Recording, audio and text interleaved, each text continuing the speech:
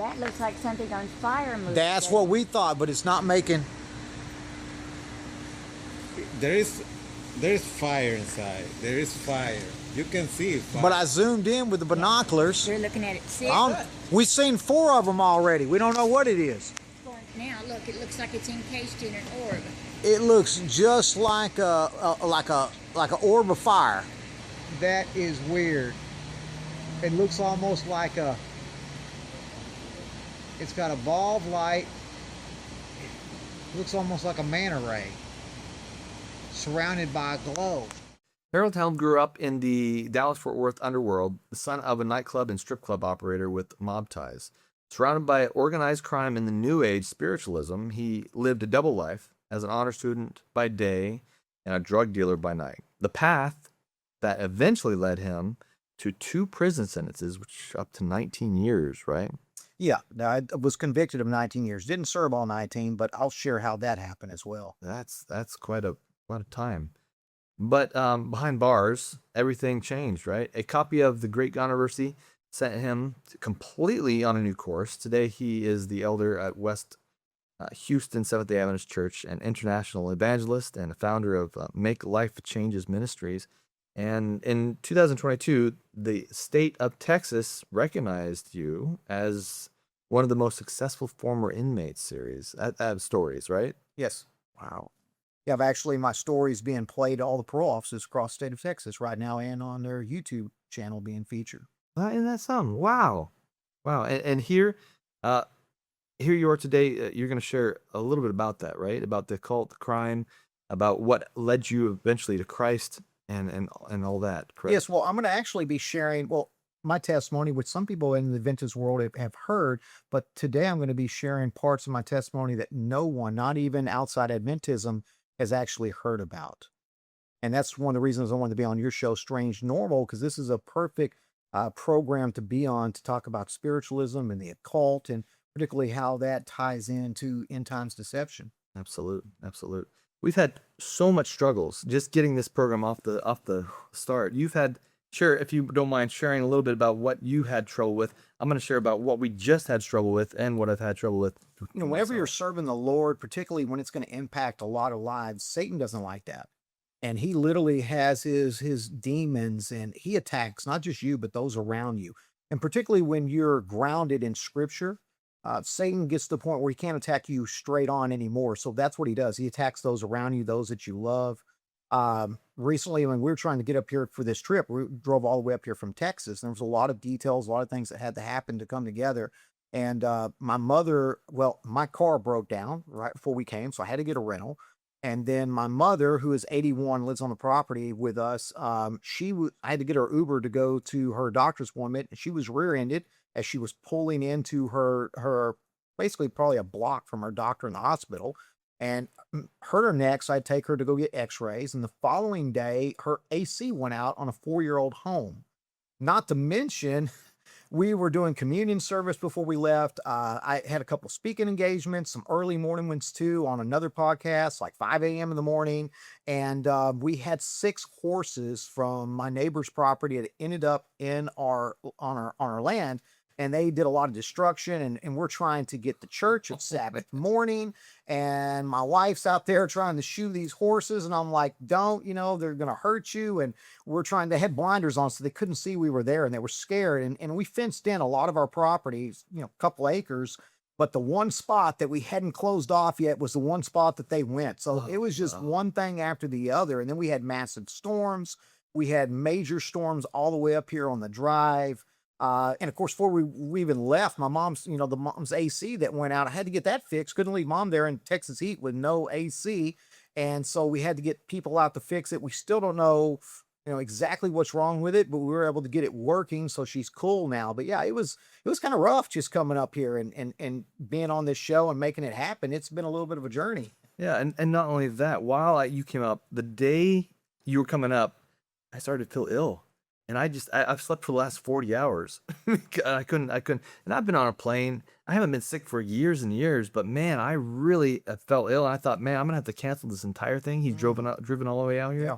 I remember you saying that. It was kind of, I was a little nervous, because, we were able to come out here, and obviously there's an expense occurred, and this was the time that we had scheduled, and I was like, Satan does not want this program to happen. And I have Crohn's disease, ulcerative colitis, and I had a flare up too, which I'm still been suffering from, but it was really severe right before I left. So in addition to dealing with all the problems I had, I was pretty sick last week myself. And then when you came down and got sick, Yeah. I was like, I told you, I said, boy, there's something powerful that we're going to do in this program that, Absolutely. that Satan does not want people to hear and know about. And now you've already talked to me a little bit about your presentation, your testimony, and halfway through, about 20 minutes in, the entire thing shut down and canceled. It deleted the video footage we had. So we're gonna go over this again a little bit. Yeah, But we had the blue screen of death, I Yeah. understand, on your equipment over there, which was pretty scary. And we prayed, and God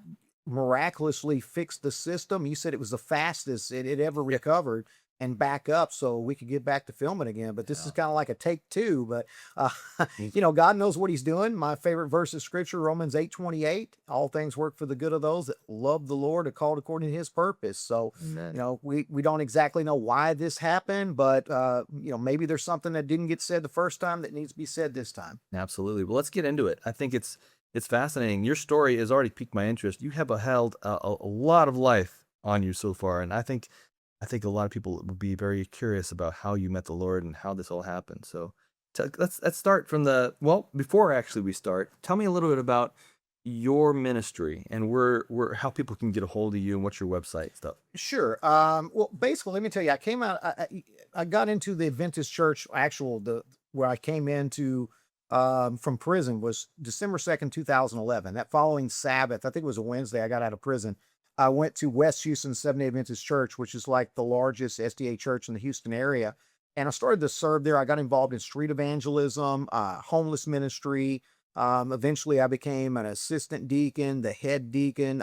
I served for like 10 years in that capacity, and then eventually an ordained elder. But along that journey, God gave me this idea for Making Life Changes Ministries. And it started as street evangelism, and I got to speak at a non-Adventist event in front of several thousand pastors in Las Vegas, in front of 10,000 people, and share my testimony. I spoke in Orlando, Florida, many places across the country. And that's what I wanted to do. I wanted to be like Doug Batchelor. I wanted to be like Mark Finley, sharing the three angels message, because I was so transformed by the truth. Sometimes as Adventists, we take the truth that God has given us for granted.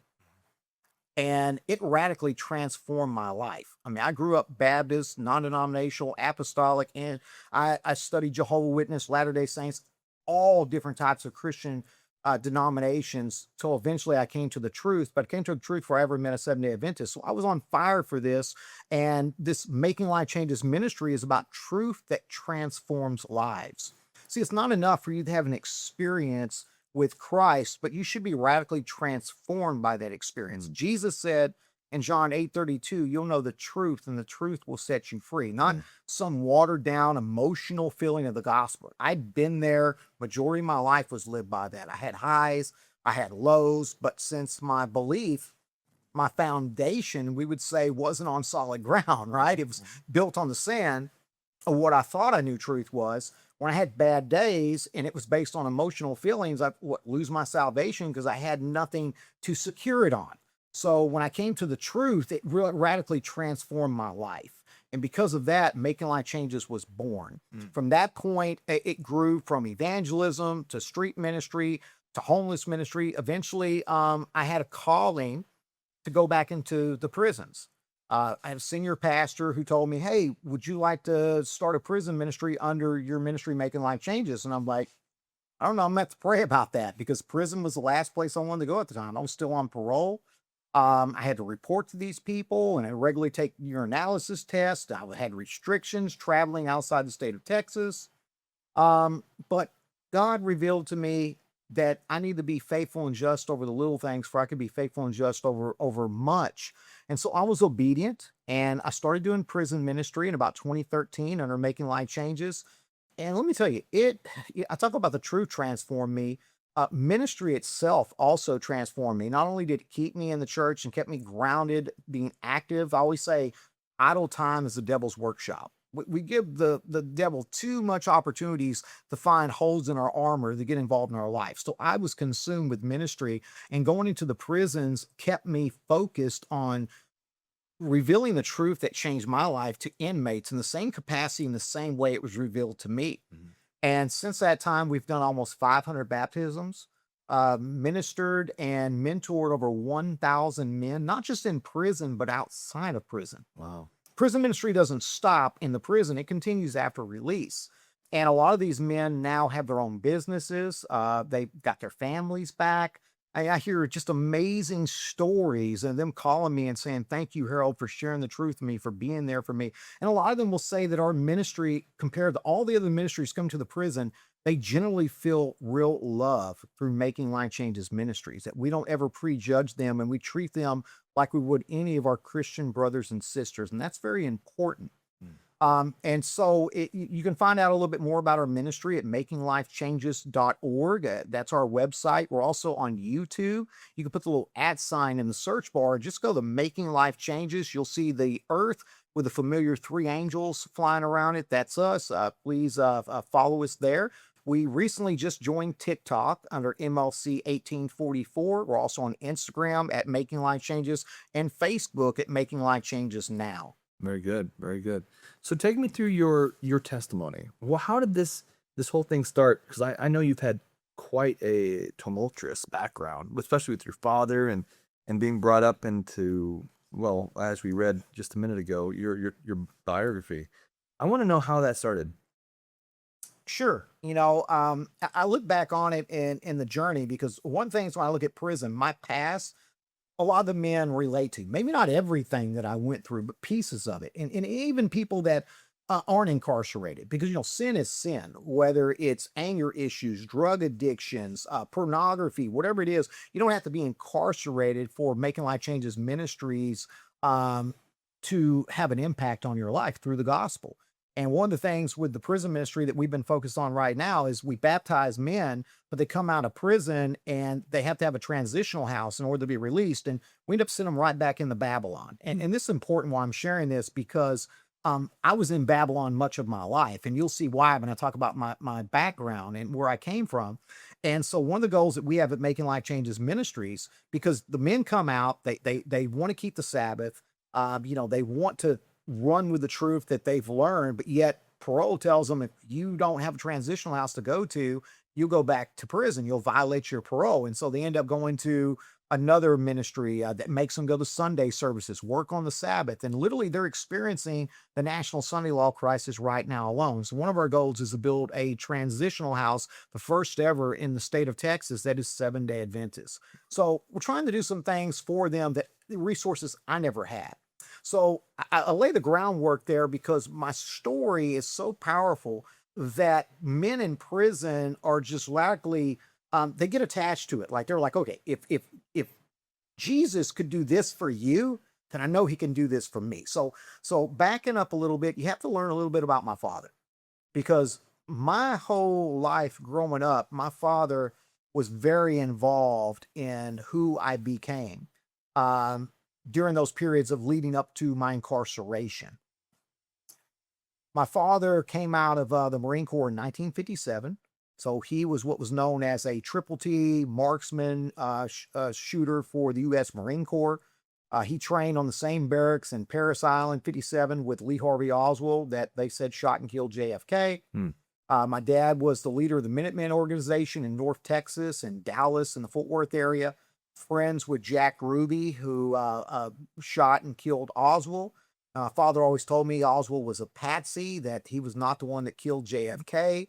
And of course, when the president was assassinated in Dallas, my dad was arrested by the FBI, taken into custody, and was considered a person of interest because they found his name, number, and address in the Rolodex of Jack Ruby. They used to carry black books back then. They didn't have phones or tablets, so they brought everything down. But they could never pinpoint or, finger anything on my dad associated with it. But now recently, the JFK files had just been redacted and came out. And there's lots of information on there about my father, not only being a person of interest, but of how him, a member of the Dixie Mafia, and that he being involved with Jack Ruby and he was a member of the Carousel Club, which Pat Kirkwood was the owner of, and that was all the mob, organized crime, the Italian mafia involved in that, and they ran the club industry and numbers rackets and anything that was made money in organized crime world. And so my father was one of the high people involved with that. And What was his name again? There is a teaching spreading fast. Hold back your tithe until the church reforms. It sounds faithful, but Scripture never uses tithe as a weapon, and robbing God could cost you your salvation. Get the answers fast before you decide. Every question is answered there. Scripture first. Go to titheanswers.com. That's titheanswers.com. We've scraped the comments. We've scraped every single sermon that talks about this, and we've answered all the questions on that website. Find out at titheanswers.com. Harold Helm. Harold Harold Helm Sr. I'm a junior. That's Harold right. Helm Jr. That's right. And so my father, at that time, he had, as he was taken into custody and released because they found this information, couldn't finger it on it, a lot of the people that were involved with him were involved in the Minutemen organization. I guess my dad was alive today. He passed away in 2006. He'd be considered a right-wing extremist, not today. And the weapons that potentially killed the president, they say probably would have passed through my father's organization, being that he was the leader of the Minutemen organization there. And he got his blessing through Jack Ruby, who was the head of that organization area there, to basically allow him to operate his clubs. Now, when I say clubs, we're not talking about dance clubs, or we're not talking about just regular nightclubs. Just if it's okay to say this on this program, my father legalized totally new dancing in the state of Texas in the 60s. And so he was the inventor of what they called the champagne rooms. And my dad's first major club that he had was the Bunny Club, or what they call the Playboy Club in Camp Bowie in Fort Worth. He had many, many clubs, probably a dozen, all across Dallas-Fort Worth area, Hot Springs, Arkansas. He had a restaurant called Feast of Fowl. He had a world's largest steakhouse in Fort Worth called Helm Steakhouse. He also had DiMaggio's old ballpark in Fort Worth, which his business partner was Vince DiMaggio, which his brother was the famous ball player Joe DiMaggio. Wow. And so my dad had a lot of ties to very well-known famous people, but also to the mob. My family is half Jewish, not by religion, but by blood, and we're also registered Cherokee Indians. And so my dad would wear the Star of David. I grew up on the Lake Worth Castle, which was a home that was one of the few castles in the United States. And it was available and used by President Eisenhower during the war. It had underground secret passageways. It's kind of a creepy place. I remember my sisters would take me through and tell me stories of ghosts and goblins and things. And, you know, they were older than me, and they would scare me and stuff with it. But that was some of my early memories. And I remember my father had this one big room that had the Star of David in it. He always prided himself being Jewish, but believed in Jesus, but just never followed Jesus. He was one of these people who said, do as I say, not as I do. Mm-hmm. Do you ever heard people like that? And he was what they would call Cupigliano. So he worked directly with the Italian Mafia, as they trusted a lot of the Jews for numbers and money and the different things that they did, without being actually in the family. As I got older, I started being exposed to more and more of things of my father, but I got to backtrack a little bit, because my first memory actually started with my father pointing a loaded gun to my mother's head. And when I was just 3 years old, my mother had found out that my dad had an affair with the babysitter and had a child with my younger sister. And my mother was going to take me away from him. And now my mom had three other daughters. So these were my sisters, but we had the same mom, but not the same dad. Mm-hmm. So we were half sisters, half brothers and sisters. And my mom wanted to take me with them and flee. And my dad wasn't going to have it. So he was on top of her. He had a .357 Magnum pointing to her head. My dad always carried a Smith & Wesson .357 or a Taurus. He was very well known for it. I mean, there were stories where he'd shoot the jukebox or shot glasses out of people's hands if they said the wrong thing or whatever. He's just notorious for that. People were afraid of him. And sometimes he would use his gun in other ways. Um, but that particular night, he had his gun to my mom's head and he was shoving pills down her mouth. He was trying to overdose her. And my sisters push me in the room and they say, "You're the only one that can save mama." That was my first memory. You got to think about that. And that has been ingrained in my head for, you know, I'm 55 now, just the last week. So we're talking 52 years around that. But that memory's been stuck in my head. I don't really remember much before it, but that stayed. And I remember my dad turning and looking at me and seeing me, and he stopped. He didn't want me to see what he was doing. And he stopped, but that night he took me from my mom and my 3 sisters, and it would be 37 years before I'd be officially reunited with them. Wow. So I grew up with my dad. Now, what I didn't know was my dad also had another daughter. She had passed away of Mongolianism disease, and her mom was Carla Helm, and her father was Chuck Yeager, who broke the sound barrier. He was the first pilot to ever break sound barrier. So my dad grew up with basically, and I grew up with the who's of people in military, political. My dad knew all the cops, the chief of police. And so this was normal for me, being around celebrities, but I didn't really know all the back end of how my dad made his money. I assumed it was just all his nightclub industry. And of course, he made a lot of money in that. And growing up, since my dad worked nights, because everybody goes to the strip clubs at night, a lot of the times he would take me with him, and I grew up and was raised by what they call the house mob. How old were you? At this time, I'm 4 to 5 years old, and all the way up until I got too old to be in the women's dressing room. He would take you to the strip club at 4 or 5 years Yes. old. And I would see things that you're not supposed to see. My whole version of what a woman should be like, what a marriage should be like, were distorted. It all had to do with, little or no clothes and makeup and jewelry and flashy things and bad talk and language and alcohol and cigarettes still in the room and bad music. That was my upbringing as a child. Wow. But yet my dad would always say that we're Christian. But Christian in name only. Definitely wasn't following Christ. And so as I got older, my dad got remarried.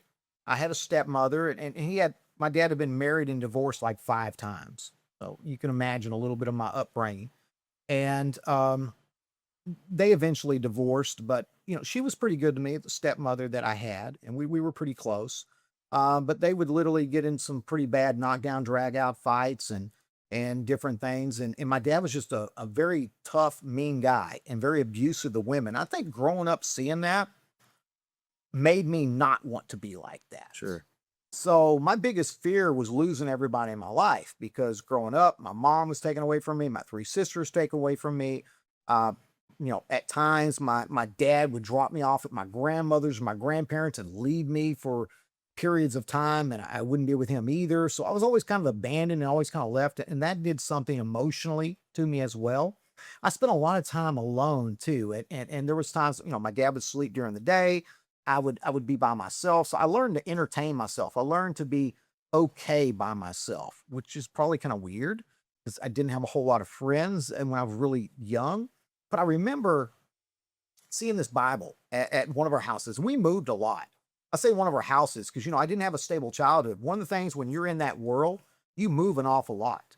So my father would open up a new restaurant, a new club, and we would move from Dallas to Fort Worth, and maybe we were in Hot Springs for a little bit, wherever it was, Corpus Christi, wherever he was opening up his next spot. And so my childhood of trying to get to know people was short-lived because we're moving all the time. Later, I think there were some other reasons I would find out as to why we moved a lot as well. But I remember being in this one house. We always had big homes. I would go to school in like Rolls Royces and limousines. I have private guards around me and my father. It was nothing for my dad to go in and buy cars at the Cadillac dealership cash, or walk into a furniture store and he's like, okay, I want that couch, I want that bed, I want that picture. And they're like, And they're like, what do you mean you want? He said, I want everything, even the plant. And I want it delivered to my house. And I'm like, sir, how are you going to pay for that? He'd snap his finger and one of his guys would come up and flip the briefcase full of hundreds and cash. Wow. And, you know, and so I got very used to that. But all through that lifestyle, God was reaching me. And I remember being a little kid, I'm about 7 years old as of this time, my first memory of having an experience with God. And there was a big Bible, and it was white, had a picture of Jesus on there. And I remember it was brand new because it probably wasn't ever open, but I opened it up and I'm thumbing it and I'm 7, right?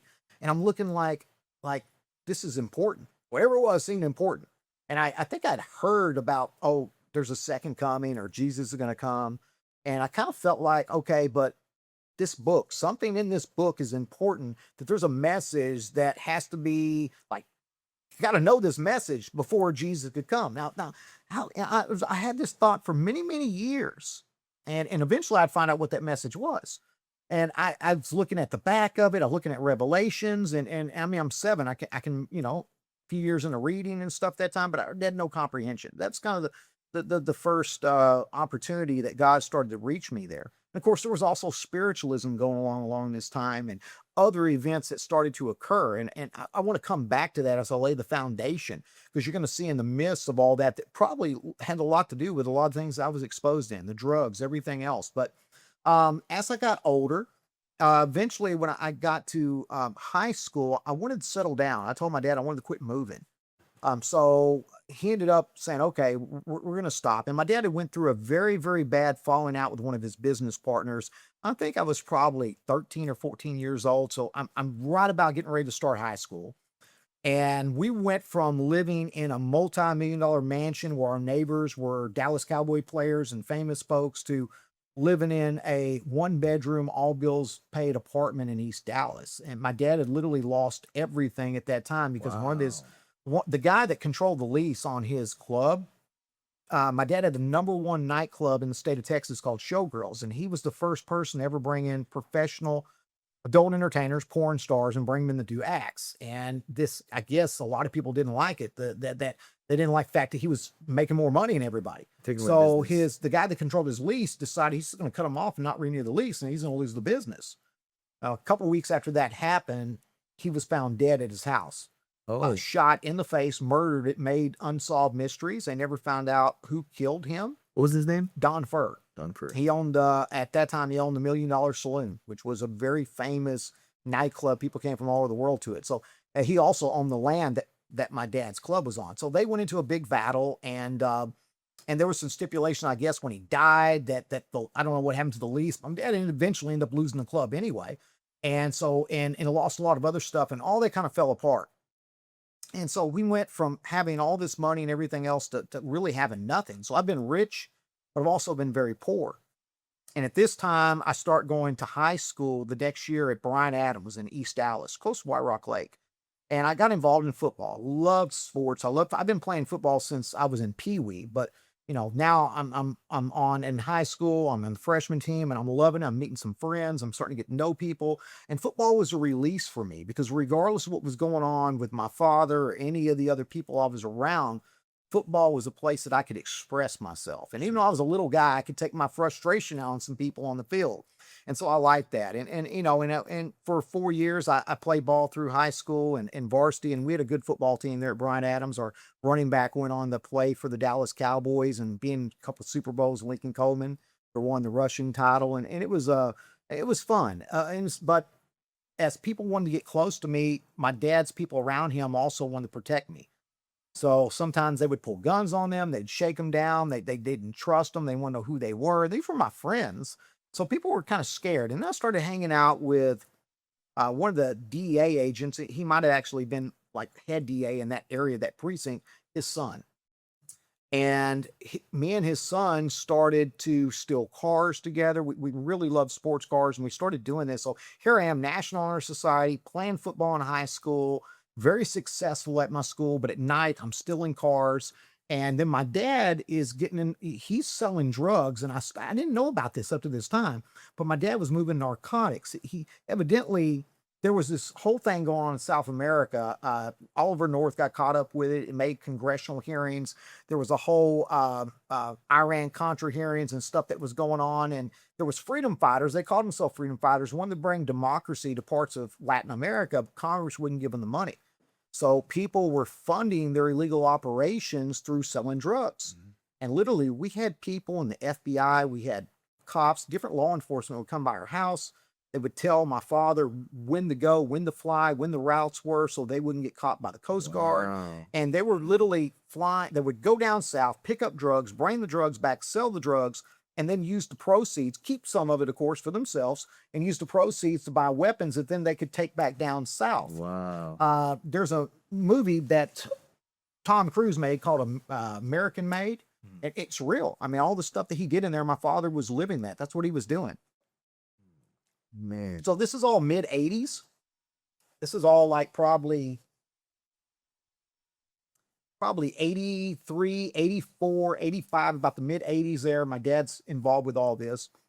And he gets involved with a guy by the name of Gino Camacho. And Gino was involved in the Mexican cartel. And Gino was his right-hand man. And literally, if anybody got out of line, Gino and his people would handle that. And Gino had direct ties down south so that my father could get more and more drugs. Well, something happened. One day a shipment came to our house instead of going to the warehouse. Now, granted, this is after my dad lost his nightclubs and strip clubs. He still had a couple small ones, but he really lost millions of dollars. And not only is he trying to bring democracy to the South through some very bad means, as the ends justify the means, he's also trying to make a come up and get money back. So he's also now starting to be involved in cocaine. They're selling cocaine. They're selling harder drugs. Gino's bringing stuff in. And one day a shipment came to our house instead of going to the warehouse. And my friend was over, the one that I told you that his dad's a cop. He smelled it. He knew exactly what it is. It's marijuana. That's coming from your father's room. My dad wasn't there. So we went in and searched and opened up his double closets. And he's got like over 1,000 pounds of marijuana in there. My friend's like, he's not going to notice if we take some. So we started taking some. And then at that point, I started smoking it, started getting high, and marijuana became my drug of choice. And then we started selling. So sometimes we would take stuff and I later find out that my father hurt some people real bad because he thought they were stealing from him. And we were the ones that were actually taking the drugs.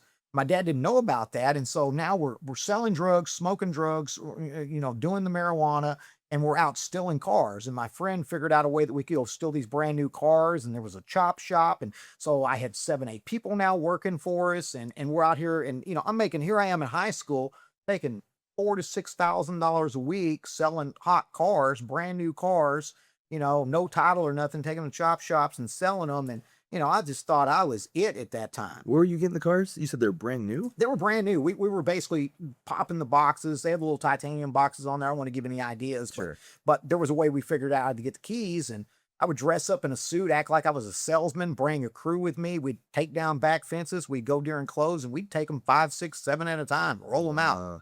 Keep them for a few weeks till we didn't feel they were hot anymore, and then take them to a local chop shop and sell them. And so we were doing that for quite a while. My whole senior year, we were involved in this, and we were sporting them and racing them around. Sometimes we'd take them to school, and a lot of the people in school started knowing what was going on, and then we started getting detectives watching us and stuff. And then we got involved in going in and breaking into higher end. So then we wanted to progress. So we went from Ford Probe turbos and TSI Conquest and 5.0 Mustangs to now we're wanting to steal Lotus's free turbos and Porsches, and breaking into buildings and doing this. And it eventually caught up with me. One of our friends got caught with a couple Mustangs in his garage and told and turned evidence on everybody, and we all got arrested. I got charged with 7 felonies for auto theft, UNV, which is unauthorized use of motor vehicle, burglary of a building when we stole the cars.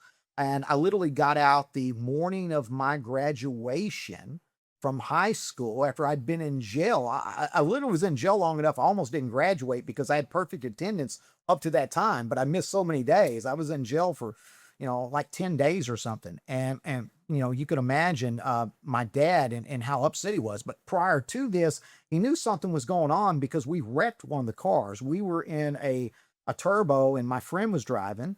and he wanted to see how fast it was. When we got to the top of the hill, and he punched it as we were going down. He lost control when it was over like 120, 130 miles an hour. And we literally flipped the car, and I saw ground, spark, sky, ground, spark, sky. I mean, it rose 6, 7 times. The wheels came off, flew across the other end of the street. The roof caved in. How we, it was crazy how we even survived. We literally flipped and ended up in the back of someone's backyard. Not just anyone, but somebody I went to high school with, played football with. We knew it was his house, but we didn't, we never told him about it. And we jumped out, we ran, helicopters got on us and they chased us. And I remember one time sitting down on someone's porch, looking up at the helicopter and just waving, and the helicopter passed by. He thought I was just lived there. And I eventually made it all the way back to the house. I had blood on me. My father caught me sneaking in like 3 o'clock in the morning, literally pulled a shotgun on me as I came in through the window. And, at that time I had to kind of tell him what was going on and what I was involved in. So he knew it was only a matter of time before things kind of busted me. And I did. And so I went to jail. I got 4 years deferred adjudication. I did 4 years of parole, adult probation. My dad's like, no, you need to get out of Dallas, get out of town for a while. So I wanted to go to college. So I originally wanted to go to the Air Force. But I wouldn't allow, I qualified to go to the Air Force Academy with my grades, and I had congressional letters. But about 3-4 months before I graduated, I was at a friend's house, and a guy broke into his house. And what we didn't know was that he was his mom's boyfriend. He spoke no English. He was actually an illegal immigrant that had been kicked out of the country 3 times. And they had broken up that night. So he got really drunk. The police were already looking for him for hit and runs. And he was going to the house thinking that, he was going to kill her, kill himself. Oh, and when he wow. shows up there, he finds her son, who had just come back from college. It was spring break. And he wanted me to help him move back into his house and surprise his mom. So I was helping him unload his stuff from his vehicle. And he comes in, and the guy sees him and doesn't know it's her son. They'd never met. And so he's thinking this is her younger lover. Oh, wow. Yeah, so then he chases him, gets him on the bed. He pulls a knife off a dirty cutting board from the kitchen. He puts it on his neck, and he's telling me to come over on the bed. And I'm thinking, that's the last place I want to go. So my father taught me hesitation will get you killed.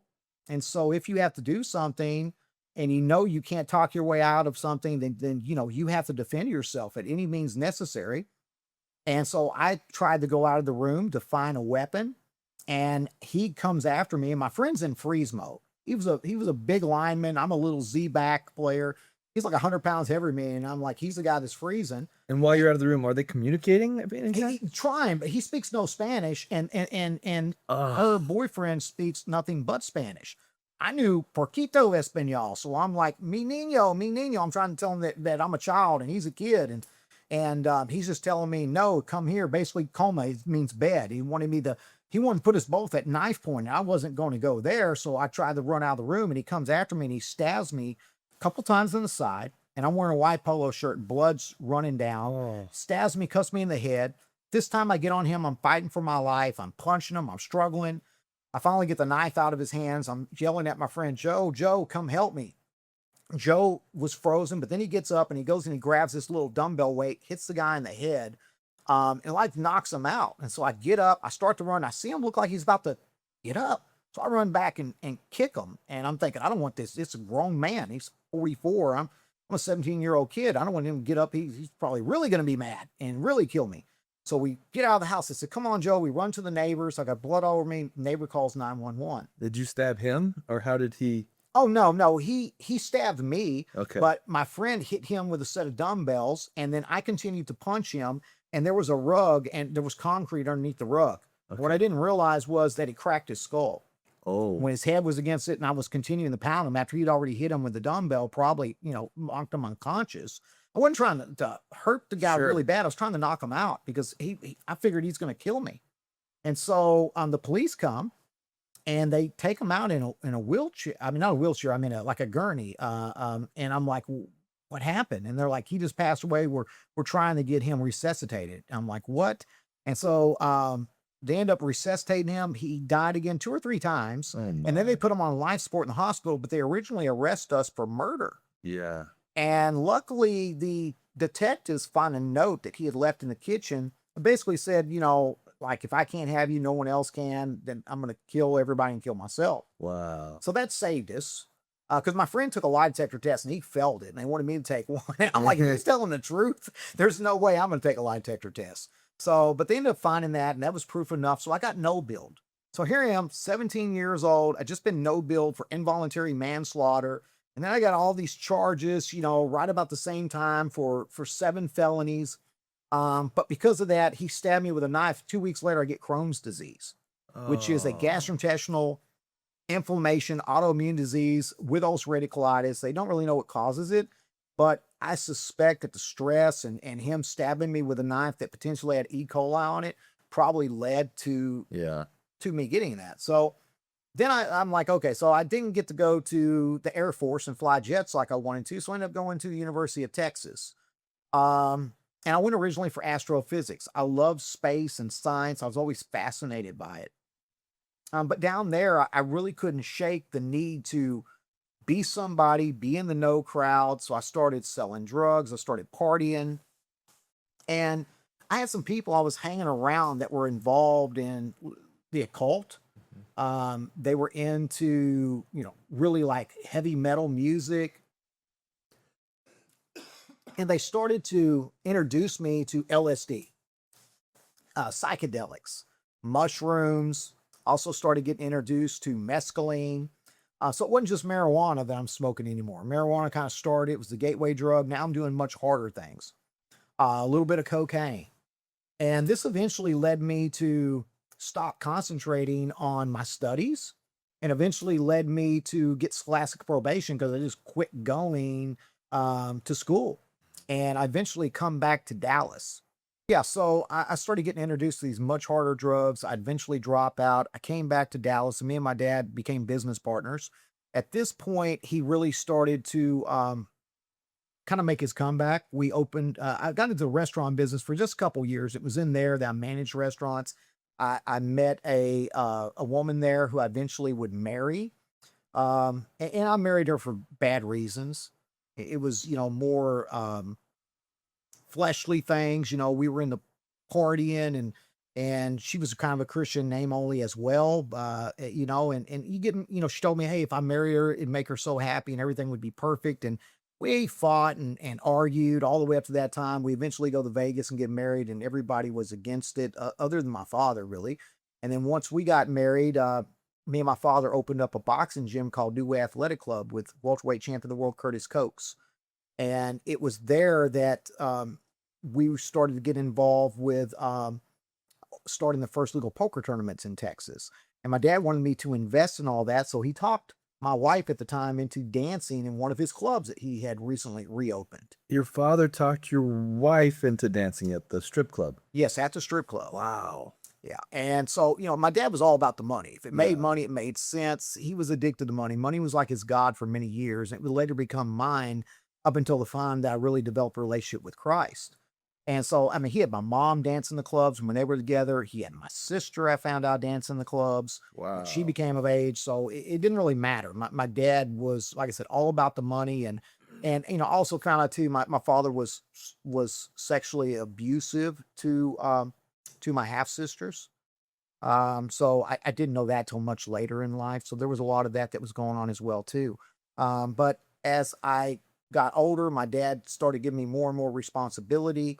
You know, Gino, who was my dad's right-hand man before. So my dad's right-hand man, going back a little bit, was Gino Camacho. And at that time that I started getting involved with using drugs, and that shipment went to the house. What I didn't know was that somebody ripped off my father for like 7 pounds of marijuana. It wasn't even that much. But Gino wanted to make an example out of them. So he kidnapped the husband, his wife, and a child on my birthday weekend. It was either 1987 or 88. I have to go back and look at the records. But I know they slipped me a Mickey because I was passed out the entire weekend, and I don't remember anything. I slept all the way through it. My birthday is May 21st, and this occurred on May 22nd and 23rd. But they took them to Oklahoma and murdered them and put their bodies in a chipper shredder. Oh my. It was so brutal, so horrible. It made the FBI Justice Files episode Cracking the Cartel. Literally, when this happened, it was national news. And it took the feds like a week to even identify the bodies. Now, eventually, Gino got caught. He got sentenced to death by lethal injection, was executed in 1996. So Gino was in prison during the time that me and my dad started New Way Athletic Club, which was about 95. 94, 95, we had started New Way and we got involved in the professional boxing program. What was crazy about it, we had an anti-gang drug program. So New Way stood for Neighbors United with America's Youth. So here we was with all of our backgrounds and crime and my dad involved in drugs and everything. And we're doing a anti-gang and drug youth program, helping kids stay out of gangs and off drugs. To support Golden Gloves boxing. And we also had about 27 professional prize fighters. Our head trainer was former welterweight champion of the world, the late Curtis Cokes. And we had a lot of different professional boxers involved, and we were doing that. But of course, boxing's expensive, and you don't always find the diamond in the rough. And even though we had some champions, a couple of them went AWOL, cost us a bunch of money on some major fight nights. One, Kenny Snow, was fighting for a major title and went and robbed a string of 7-Elevens, crashed out on drugs with his brother for like a week. Wow. And so we lost a big investment there. So my dad was like, look, he had just started to build back up his empire. And he's like, if we don't figure out something, we're going to go broke. So he's like, let's put some poker tables in the back. And I was like, I don't want to jeopardize our business or everything that me and my wife have worked for and the money that she put in. Of course, she's putting her stripper money into this as well. And he's like, well, you went to college. You're so smart. Figure out how to do it legally. So I spent some time on it, and I came up with a loophole in the law under the penal code where literally we could do the poker tournaments and have a point system that actually, works where it was a tournament, not gambling. Because in Texas, gambling, you have to have a bet. So without the definition of a bet, you don't have gambling. I figured that out. I'm not going to give anybody ideas, but they're now doing it all across the state of Texas under what the legality that at 26 years old, I fought and won. And literally, we got raided by the Garland Police Department there for running poker tournaments and running, well, they said gambling, but they took all of our equipment. We beat them in court. And, and the thing about it, we had probably stumbled upon $1 billion idea. We had investors. We had the guy that owned Uno Chicago's Pizzeria, Italian, wanted to get involved with us. We opened up several other locations and we were expanding. But every time we'd open a location, the police would come in and hit us and raid us and shut us down. So it was like they weren't trying to beat us legally. They were trying to beat us financially. Plus, we didn't know there were some rich, powerful politicians that wanted to do this themselves in the future. And here we were kind of stepping on their toes preemptively. So my dad's like, okay, his health was starting to fail. He's getting older. Some things were going on. And he started to turn over his black book, his Rolodex of his connections and saying, look, we need a couple $1 million to get to the state senator, which was State Senator Royce West back then, which is still involved politically. And I think he still serves as senator in Texas. And he was handling our legality on the poker tournaments, and he needed X amount of money to get an injunction against the state. But we didn't have the money. Yeah. So my dad's like, well, I can show you how we can make the money. So he started introducing me to all of his connections, and I started taking over my father's business in the drug world. And of course, Senator Royce West had no idea that we were involved in this or any of the other people. But some of my, I started being introduced and started doing drugs with the Italian Mafia, the Russian Mafia, Aryan Brotherhood, Aryan Circle, the Mexican families. Some of my customers were law enforcement, lawyers, district attorneys, doctors, professional athletes. It was amazing and how many people in that world and just in that whole entire underground drug scene. And Dallas was a huge, North Texas in general, just huge party scene, drug scene. And so, it wasn't like I was out there, selling drugs individually on a street corner that you think about a drug dealer. Sure.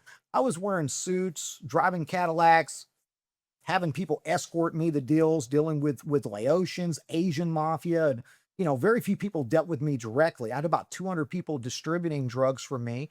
And, I would wake up every day and my average business for the day was on a slow day, $50,000, $75,000 worth of drugs, $100,000 a weekend could be $250,000. And I was trying to work my way up to doing $1 million deals. And the people that I was dealing with were doing those big multi-million-dollar deals. So then I just started growing and expanding. And now we're distributing in other states, and we've got doctors involved, and eventually this would be my downfall. And close to this time, my wife, who was still dancing in the clubs, she started to develop a very bad drinking problem and started doing cocaine.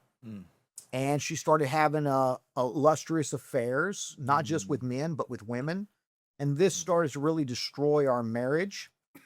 It just got to the point to where I couldn't forgive her anymore. And so we split. We were still married on paper, but we weren't living together. And I was so hurt. I was so like just disgusted by it all.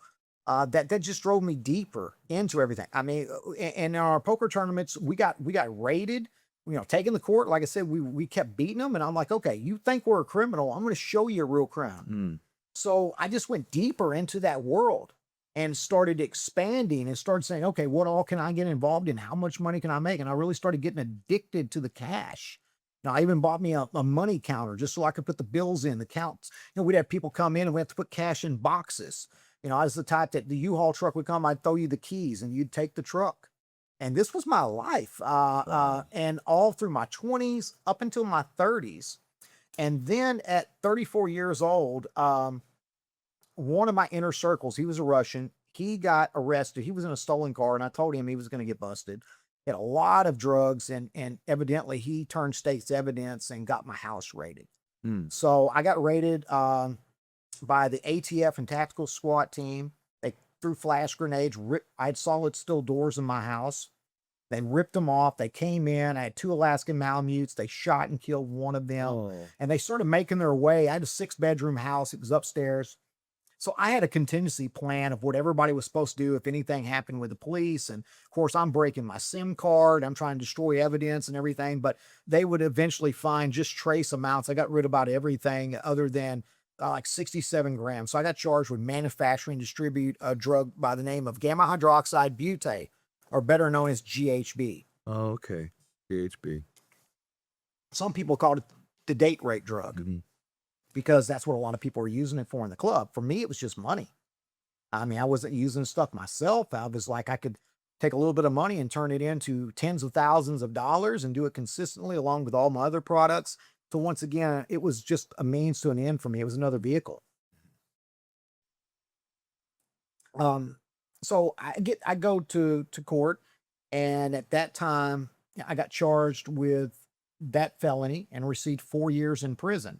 And I think, I look back on it, I was actually pretty fortunate because leading up to this time, I'd been in shootouts. I'd had my brake lines clipped. I had people that literally, because I was moving so much what they call weight in the drug world in the Dallas area, that was lowering the street price on cocaine and methamphetamines. And so I had other rival members and families wanted to take me out. So I had a $50,000 price tag on my head. So actually probably going to prison during that time might have saved my life. I don't know. So I went to prison, and it was in there that I started to really try to say, okay, I need to do something about my life. But I really didn't have the understanding, of course, that I have now. And the whole time I was growing up, I grew up Baptist, tried non-denominational. I studied with a lot of different religions. The main religion of my family was Baptist. And in the Baptist, it was once saved, always saved. So we had this understanding you could do whatever you want to do, but as long as you ask for forgiveness, it was okay. And that's where I was in my life. I'm like, I'm not that bad. I'm not selling drugs to pregnant women and children. I'm making money so I can get my poker operation back going, so we can get our family back on top from where we were, from where we had fallen. And these people are trying to stop us, and and I'm not going to let them stop us. I'm going to do anything I need to do. Back then I wasn't carrying a Bible. I was carrying a pistol everywhere. And so the ends justified the means. And going to prison, I started to pick that Bible back up, but I still had all these thoughts in my head about, the rapture. And, when you read the Bible and you try to put some of this stuff that I was growing up in, like once saved, always saved, it doesn't really fit. And it causes more confusion than good. And so I was in a state of Babylon. I was in the state of confusion. And one of the things too, because I'd killed that guy, just, not even 10 years earlier, I'd always had that on my heart. Like, am I lost already? Because, Baptist, it was once saved, always saved. As long as you didn't kill somebody. Oh man.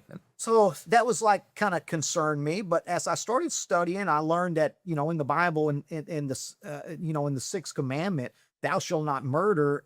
It's actually, it says thou shalt not kill. In the Hebrew, it's murder. It's the lying way, without justification. If you kill someone in self-defense accidentally, or the accidental falls off, you accidentally kill someone, you didn't mean to do it, and I wasn't meaning to kill that person, then God doesn't count that to you as a sin. It's not counted to you as taking someone's life as a murder.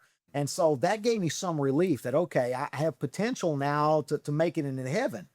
But my religion as of that time was based on emotional feelings. So I'm studying the Bible, but in prison, I'm running the gambling board. This is how I'm supporting myself. Literally, football games are coming. I'm running all the numbers boards in prison, so I really haven't learned anything. But yet, I'm studying my Bible as best I can at that time, but still hustling. And then I go to a church service, and I got baptized. But it was by a non-denominational church. But I had this emotional feeling, like I thought I was going to come out of the water, Bradley, like changed or somehow or another perfect. Like I wasn't going to have to deal with sin no more. Everything was just going to be okay. But because my faith was grounded on shaky ground, not the truth, then when I had emotional bad days, what would happen to my salvation? Would I lose it? And of course, that's kind of exactly how I ended back up in this prison in the second time. So here I am in prison, 52 days before I get released. And this is pretty important. I'm in my prison cell. At this time, I make it to a trustee camp. So I'm no longer in like a 2-man dorm or 8-man dorm. What's a trustee camp? The trustee camp is where they send guys that haven't got in trouble, that are doing good, not making major cases in prison. So they got a little bit more freedom than everybody else. We got a bigger space to live. It's, I have my own little cubicle, which isn't much bigger than this couch here, but it's mine. And I'm living there. And the other guy's right next to me instead of being above me or right in the same room with me. And prison's a horrible place. I mean, at 34 years old, I went to the rock and roll worst prison you can go to in the state of Texas, called Ferguson. People have nightmares with Ferguson. I saw some horrible things, but God protected me, watched me through that whole entire time. And I remember getting woke up one night early in the morning. It's probably 3-4 o'clock. Now, I was working on a pig farm. That was one of the jobs that I had. It's kind of crazy, because I look back on this and I think about the prodigal son and how far he had fell and went. And I would literally be out on the pig farm and see guys eating out of the pigsties, literally, because they would throw the leftover pork chops and stuff to the pigs. And they would literally go out there and fight for these pork chops and stuff. It was disgusting. And here I am cleaning 400 pig stalls a day. Well, I haven't got introduced to the health laws yet. So, I'm still eating some pork occasionally, whatever, but just they were so nasty, the animals. So that was my job. And I had to get up. It's like 3-4 o'clock in the morning. And I got to get up very soon to go work on the pig farm because we go very early. And I hear Harold, like the most clear sounding version of my name I'd ever heard before. And I looked around my cellie and I'm like, hey, Ball. He went by Ball. I was like, did you call me? He's like, no, man, what time is it? Go back to sleep. It's dark. I got to get up, go to work in a little bit. And I'm looking around. Everybody's crashed. The guards haven't come in to wake everybody up to go to work. So I'm like, what is that? But it felt like I had never heard anything. Like my name was just so pure, like it was amazing. Next morning, a couple hours come before the guards come in to take us to work. I go start looking at the obituary section. It was weird because the guards would come in and put papers. I grabbed the Dallas paper and I'm looking at it. For some reason, I want to look at the obituary section. I don't know. Well, we go to work, come back from work, and after I shower up, I'm on my bunk, one of the guards come in and say, hey, you need to go to the captain's wall. Everybody's like, oh, you're in trouble. And I'm thinking, I hadn't done anything wrong. Why you only go to the captain's wall, go see the captain if you're in trouble. So they tell me to go down there. So I go down there and there's a chaplain inside the office. And there's I want to say the captain, I believe the major, which is next to the warden there on the unit. And they said, your mother's on the phone. And talked to my mom in a long time. I only saw my mother a handful of times growing up, and the time I did, my dad ridiculed her and said she was an alcoholic and all these bad things. And so, my memories of my mom weren't very fond from my dad's side. Like, why is my mom on the phone? And she told me that my father had passed away the night before. My grandmother had contacted her and told her. Now, some people may think that, and at that point I knew that the night before, the whole experience I had to do with his death. Now, some people might have thought that, that was your dad reaching out to you. But, we know the state of the dead, and that this is a truth that I was already starting to come in contact with. So I knew it wasn't my father. Instead, I felt like that was God calling my name very clearly, letting me know everything was going to be okay. Hmm. And so I literally went to the funeral in handcuffs. I got to go and share the eulogy. My mom was able to contact the state of Texas and was able to allow me to go, and the guards escorted me down there. And I mean, literally, I'm in handcuffs sharing the eulogy about my dad's life. Prison, And yeah, prison let you do that. yeah, prison let me do that. And there was a lot of people there. In addition to the poker tournaments, me and my dad helped start the TV show Cheaters during that time too. I forgot to mention that. We were in like 312 syndicated markets. So the owner of Cheaters was there, Bobby Goldstein, and gave me his condolences. And a lot of famous people that my father was around, and mobsters and stuff. A lot of them telling me, hey, when you get out, contact me and stuff, you get those things. And so, and literally, I just made parole. I'm getting out 52 days. And so I served like, 2.5 years on my first 4-year sentence. And so I did get released. I go back to live at my grandmother's. And it wasn't long. I mean, I just been baptized too, right? And I was saying, I was baptized into emotion, not the truth. So I really wanted to follow God. I wanted to not do the bad things again. And I got hooked up with a guy that had a limousine company that used to work for my dad. And, he promised me a part ownership. I started driving limos. And I tell people all the time, not all money's good money. Just because I was making a lot of money, it put me back in around the clubs, back around the situation. Before you know it, I'm seeing some of my old crew, seeing also old girls I was around. And I ran into this one girl that her husband used to work for me, and he ended up going to prison, and they had separated and were gone. And he was doing some time and stuff. And me and her started to see each other, and she invited me over to her apartment. And next thing you know, I'm back over there all the time in between. And there's drugs floating through her apartment and people that used to work for me. And I'm thinking, okay, I got 5 months left on parole. I'm not doing anything. I'm not selling. I'm not using. I am starting to smoke cigarettes again, and a little drinking here and there, but I'm still on parole. And so one night I go to a party over at her house, and there's a lot of girls there, and I'm really there for the girls, I'll be honest.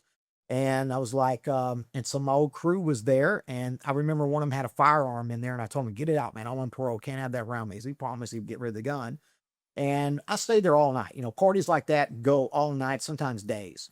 And we ended up getting raided. The door got kicked in early in the morning, and we got raided by the Garland Task Force, the SWAT team, the same task force that raided me several years earlier, that sent me to prison the first time. I'd only been out of prison 15 months.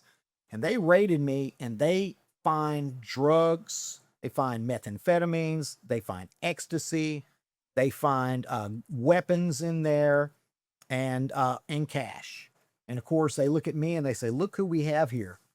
We got Meth Master himself, because I was selling a lot of meth the first time I went to prison. And they were like, we got you now. And they charged me with everything in the place. And my first offer was 35 aggravated years. Wow. So I'm sitting in Dallas County jail for a couple years fighting my case. I'm like, I'm going to go to trial. I mean, sure, I was guilty for being there. I knew there was drugs there. They weren't mine. I was partying with them. I guess the stuff I was taking, I was in possession of. So yeah, but not for everything. And even a couple of the guys were stand-up guys and told the cops, they tried to testify that it was their drugs. They wouldn't allow them to acquit me. They were saying they were felons, so their testimony wasn't no good. But there was a guy that had followed me around the jails. Like I say, followed me, like they closed one jail in Dallas, opened up another one. I got transferred. He was in my cell. He got transferred with me. And then I went to computer school. I actually went to computer school and started taking computer classes there, which I did 2 years under computer science. And that was, went back and started studying and got a little degree in that while I was locked up. And he went to computer school too with me. And what I didn't know was that the police had put him in there as an undercover snitch. He was trying to work off his own felonies for burglary and a lot of other stuff. And he got up in my jury trial. So they were basically going to be 35 aggravated years. So I took him to jury trial. And this is important because here I am in the cell, and I fasted. Up to this point, I fasted 8 days. I never fasted longer than 2 or 3 days of my life, but I went 8 days. And there's something definitely associated with fasting and your spirit man growing and getting closer to God. You know, you look in scripture, you see Jesus, anytime he resurrected somebody, he said, feed them. It's like the food holds you to the ground.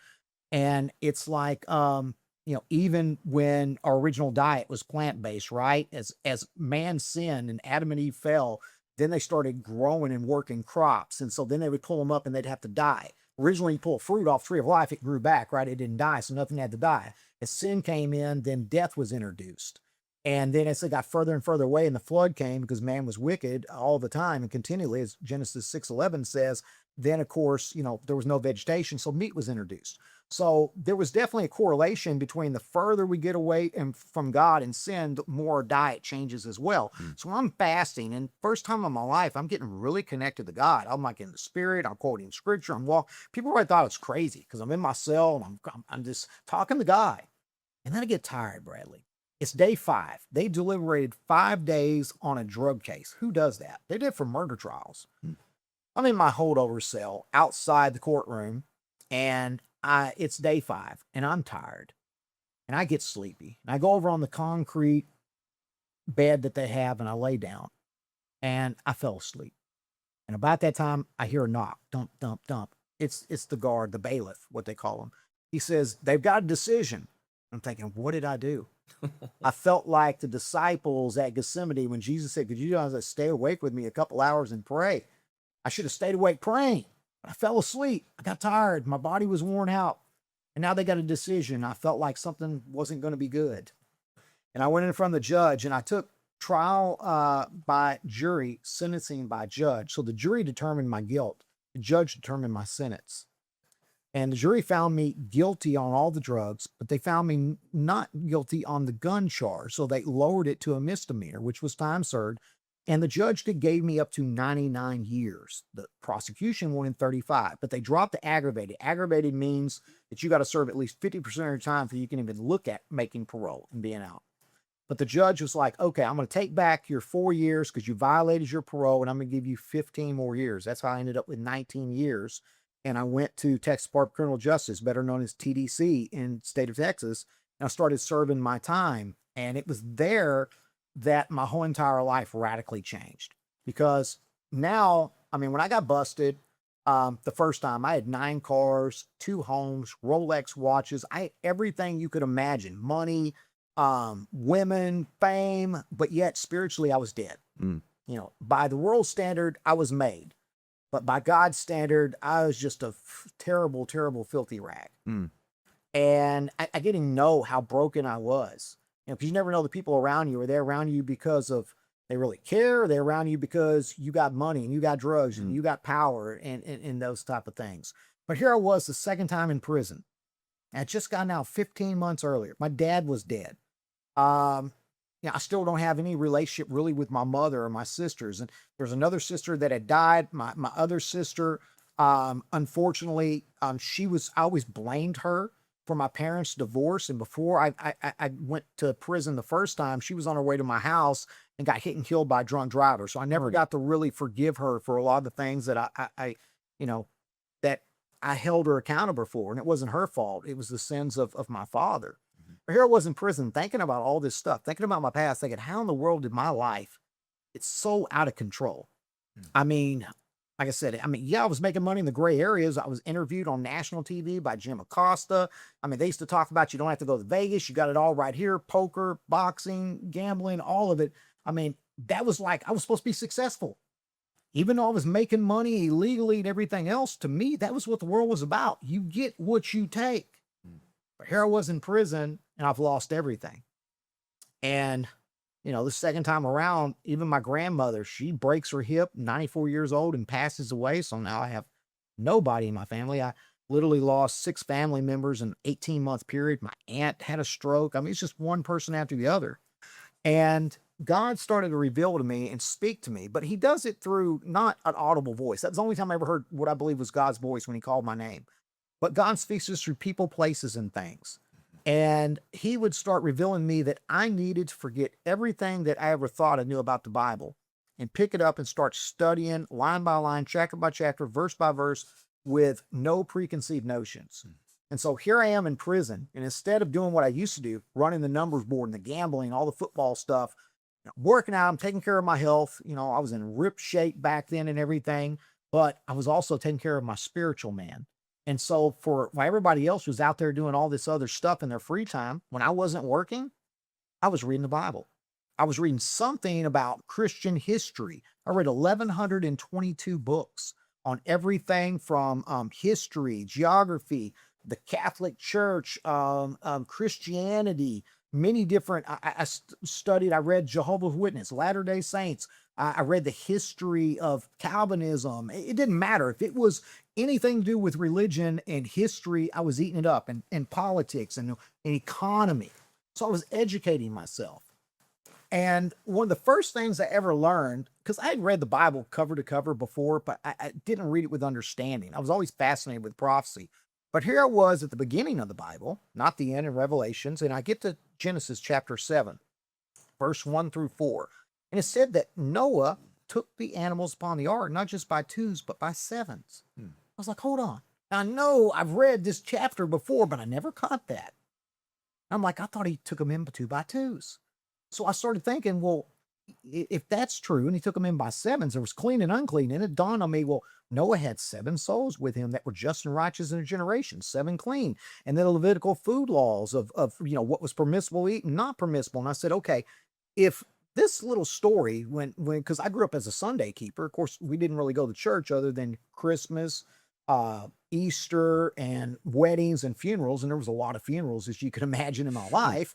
But this was a story that any Sunday school you would learn. And I'm like, well, if it's not 2 by 2s and it's only 50% of the truth, then what other 50% of the truth do I think I know about God's word that I don't? And now it radically clicked something in my mind that I needed to look at God's word totally fresh, that I need to catch everything in here. So I asked my mom. I started contacting my mother, who was in California. I asked her if she could send me a Strong's Concordance. So she said, okay. She went ahead and sent it to me. She's thinking, I just got some jailhouse religion or something. I'm telling her about some of this stuff that I found. But, she's not really paying attention to it at this point. And now I'm getting into the Hebrew, the Greek. I'm learning about rib. When God created man, he put him to sleep, and they didn't, men and women have the same number of bones. So what does this really mean? The word is salal, downward curving slope. What, is downward curving that you could possibly create life with? DNA. And so being a science guy, all these things started to open up, and I've started seeing God's handiwork in everything. And it started to become very real to me. And I started progressing through the word of God, and all the way up until I get to the prophecies of Daniel. And I'm studying the prophecies of Daniel and getting to the sanctuary message of Daniel 8:14, 2,300 days the sanctuary be cleansed, and the 70-week prophecy that talked about Christ. And of course, growing up a Baptist, when you get to Daniel 9, you are taught that there's a rapture, a secret rapture of the church. And the Antichrist is going to set himself up in the holies of holies, call himself God, bring in a pig, restart the sacrifices, and there'll be abomination of desolation. And they call that person is speaking of, that Daniel's speaking of in chapter 9, verse 24 through 27, the Antichrist.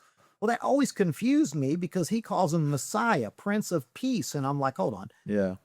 Daniel this is Jesus he's talking about. And a week is 7 days. Ezekiel 14:34, Numbers 14:6, days a year. And all these things started clicking with me. And I'm like, hold on.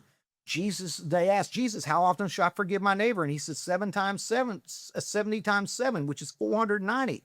And the time prophecy is a 490-year period that God gave his truth to the nation of Israel. But since they sacrificed Christ in the final week, in the middle of the week, and then when Stephen was stoned in 34 AD, he took the gospel from them and gave it to the Gentiles. So he forgave them for 490 years, 70 times 7, but eventually he's like, no more.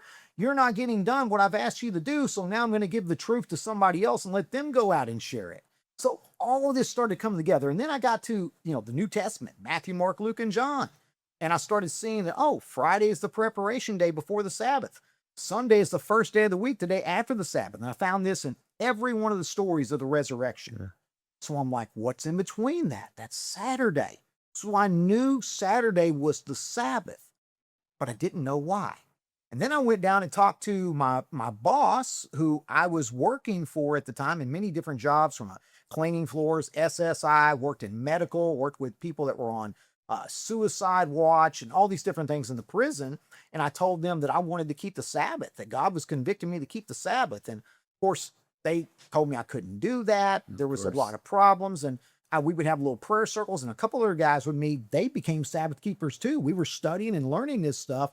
And I remember being in our prison cells and holding hands and saying the Lord's Prayer and praying. They would come in and say, y'all are grouping up. That's gang activity. You can't be holding hands and coming together. And so they would break us up. And some of them had pentagram crosses. And they'd say, you need to worship the God of TDC. And they would really threaten us with gas and putting us in the hold. And so I contacted my mother again and told her what was going on. And she got a hold of State Senator Royce West, who, I knew from all my poker business.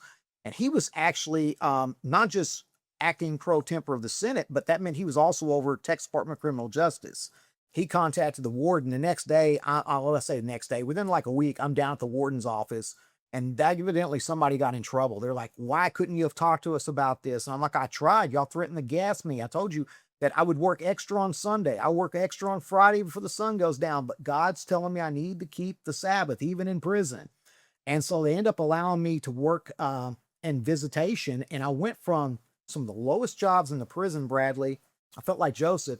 They promoted me to now I'm working directly for the warden, what they call the warden's boy, which meant I could go anywhere on the prison I wanted to without permission, because I worked for the warden. I could literally go outside the prison without a guard. I put the flags up every day by myself. I had special privileges. And I was like, wow, I felt like Joseph's here. And so I started keeping the Sabbath, but I still I don't know why Sabbath is Saturday. Sure. I know why it's Saturday because God said so, but I didn't know why the Christian church was keeping Sunday. Yeah. And I studied a lot of other denominations when I was in prison, but there was always truth mixed with error. And so one day I go down to the library, because I go to the library a lot. I was even a clerk in the library for a time there, and working for the warden, I would go pretty much whenever I wanted. So I went down there, and there was a Popular Science magazine, and I opened it up because, God reaches us where we're at. Sure. And he knew I was fascinated with science, so I'm always looking at Popular Science magazine. I wanted to see, because I couldn't see technology out there in the world. I got arrested 2 weeks before the iPhone came out. You got to think about this. And I had pre-ordered several of them, never got to see them. And it would be like all my 30s or I'm in prison. Where'd they go? Where'd it go? The whole iPhones you ordered. Oh, I'm sure somebody stole them or took them. That's normally what happens when you go to jail. People steal all your stuff. They didn't mind. Everything was gone. But it's okay. They were all made by ill-gotten gains. God didn't want me to have that. So here I am in prison. I'm down at the library. I'm seeing a Popular Science magazine, and I thumbed to the back, and it said, if you want to know truth about the mark of the beast and the Bible, right? The Bible says ministries. Well, I was fascinated by prophecy. I definitely wanted to know about the mark of the beast. And so I wrote them, and they sent me a copy of The Great Controversy. They were a 7-day Adventist prison ministry, and it radically changed my life. Wow. Here I am reading The Great Controversy, and it's like, for the first time in history, I'm not crazy. Yeah. All this stuff that I'm learning and the Lord was revealing to me for years in prison, there's other people out there that believe this same stuff. It has to be true, because I didn't learn it in church. I didn't learn it through any of the Adventist Bible studies or some online evangelism. I learned it through inspiration of the Holy Spirit. Yeah. Now that radically transformed my life. So, and now I started to understand the three angels' message, the mark of the beast, and now the message, the little boy who knew there was a message that he was going to be a part of. Here's the message that God has been preparing me to share with the world. And so now I had a mission. And remember, when I was in my other world, it was all about the mission, about making the money, about growing. Now I had a mission that was godly, a mission that God could bless. And I remember contacting my mother, and I started sending her these books by Miss White, and she started consuming them too. She fell in love with the writings of Miss White, particularly Desire of the Ages. Yes. And she had been in the bar business since her and my dad divorced. She had a nightclub. She had drank. She became an alcoholic for a time. And obviously her families broke up, lost her son. She went through a lot of hard trials and tribulations. My mom was was raped when she was coming out of Missouri, just out of high school, long before she met my dad, which is how she ended up walking into his club in the first place in Hot Springs, Arkansas. But here I am sending these books and sending this stuff to my mother, and my mother's just falling in love with it. And she's like, now she's starting to come to the Adventist faith. And I got on my knees one night in prison. I said, Lord, if you'll bring me up out of this prison cell, I hadn't made parole yet.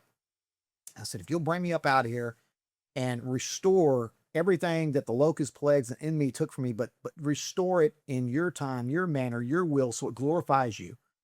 You know, take care of me from my Crohn's disease and bring my mother and my sisters back in my life. I will come out and serve you every day of my life. I made parole right after that. And I was released December 2nd, 2011. I had wrote a lot of Seventh-day Adventist churches. Only one wrote me back, which was West Houston. And I walked in there 3 days after I got out of prison. First Seventh-day Adventist church I'd ever stepped foot in. And I remember the secretary, Barbara Battistone. She's like, oh, come on in. I'm going to take you into a class with the senior pastor. And I'm like, wow, God is putting me right with the senior pastor. Wow, I'm going to learn all kind of stuff. I didn't know everybody went through a new members class. You know, I'm kind of ignorant when it comes to Adventists, though, how everything works. But, you know, I'm taking that as a sign. And so I started studying under his wing, and eventually he kicked me out and told me I need to start teaching and preaching. And I started doing Sabbath school. And about that time, within a year is when Making Life Changes was born. And from that point, the ministry has just been a blessing to so many people. When I came to the Adventist faith, people asked me, when did the honeymoon period end? I said, it's never stopped. I mean, I love it. Just reaching people with the truth that radically transformed my life. And not to mention, it'd been 20 years since my divorce was finalized with my first wife. And I really wanted a godly woman in my life. And so I started searching, and I tried a lot of different Christian dating sites. They weren't Christian. Or I'd meet girls that were Christian of some faith, but when it came to keeping the Sabbath, they couldn't understand it. Sure. Or they want to go out on Friday night and Saturday morning. And, it didn't work. Yeah. And I did date this one girl that was in my church, but we just ended up being friends. We were good friends, party friends, never had an argument, no problem. She's married now and happy, and I'm happy for her. But it just, we were just what she said. Holy Spirit said that I'm not the one for you, that God has a woman that's going to be involved with your ministry. I've got to share this because this is a vital part of my testimony. But here I am doing Bible study class, and I just kept praying about a wife. Everybody knew in my church that I wanted a wife. And my pastor had told me he needed to get on Adventist dating. So what's that? He said, it's a site for Adventists. You got to prove you're Adventist. You've got to be baptized. They got to see your paperwork, etc. So I get on it. Within a week, I meet this girl. She's from the Philippines, and her profile says, when I meet a man, if our relationship doesn't draw us closer to Jesus, I don't need to be in a relationship. Wow, that's pretty interesting. And she's pretty. She's beautiful. And so I start talking to her. Her name's Debbie. And within like just a week, we canceled our accounts and moved over to the Facebook Messenger because we're like, no, something's here. God's doing something. We don't want to be tempted with anybody else. Let's see where this goes. And, so I start kind of getting to know her, and this is a safe relationship because she's 9,000 miles away in the Philippines. And she had always wanted to come to America and marry a pastor, evangelist. This had been her dream. And I'm telling her my story and sharing all this with her. And at this point, we're online like 7 months, and I'm telling her, well, I want to come see you. I want to meet you in person. Obviously she'd have to immigrate. And I already checked into it. She'd have to get a K-1 visa. In order to do that, the American has to travel abroad. Sure. Well, I'm banned from 98% of Southeast Asia because of my criminal record. I can't leave the state of Texas, let alone the United States, because I'm on parole. I didn't know you couldn't do that. Wow. Yeah, and there's no direct flights from here to the Philippines, so I couldn't stop in Hong Kong, couldn't stop in India. There's a lot of places I'm banned for my drug cases. So she's like, it's just not going to happen. I said, if God wants us to be together, he will make a way. I'm going to be there in May. This is 3 months earlier. So whenever things get tough for me, Bradley, you know what I do? Right. I hunker down hard on serving the Lord.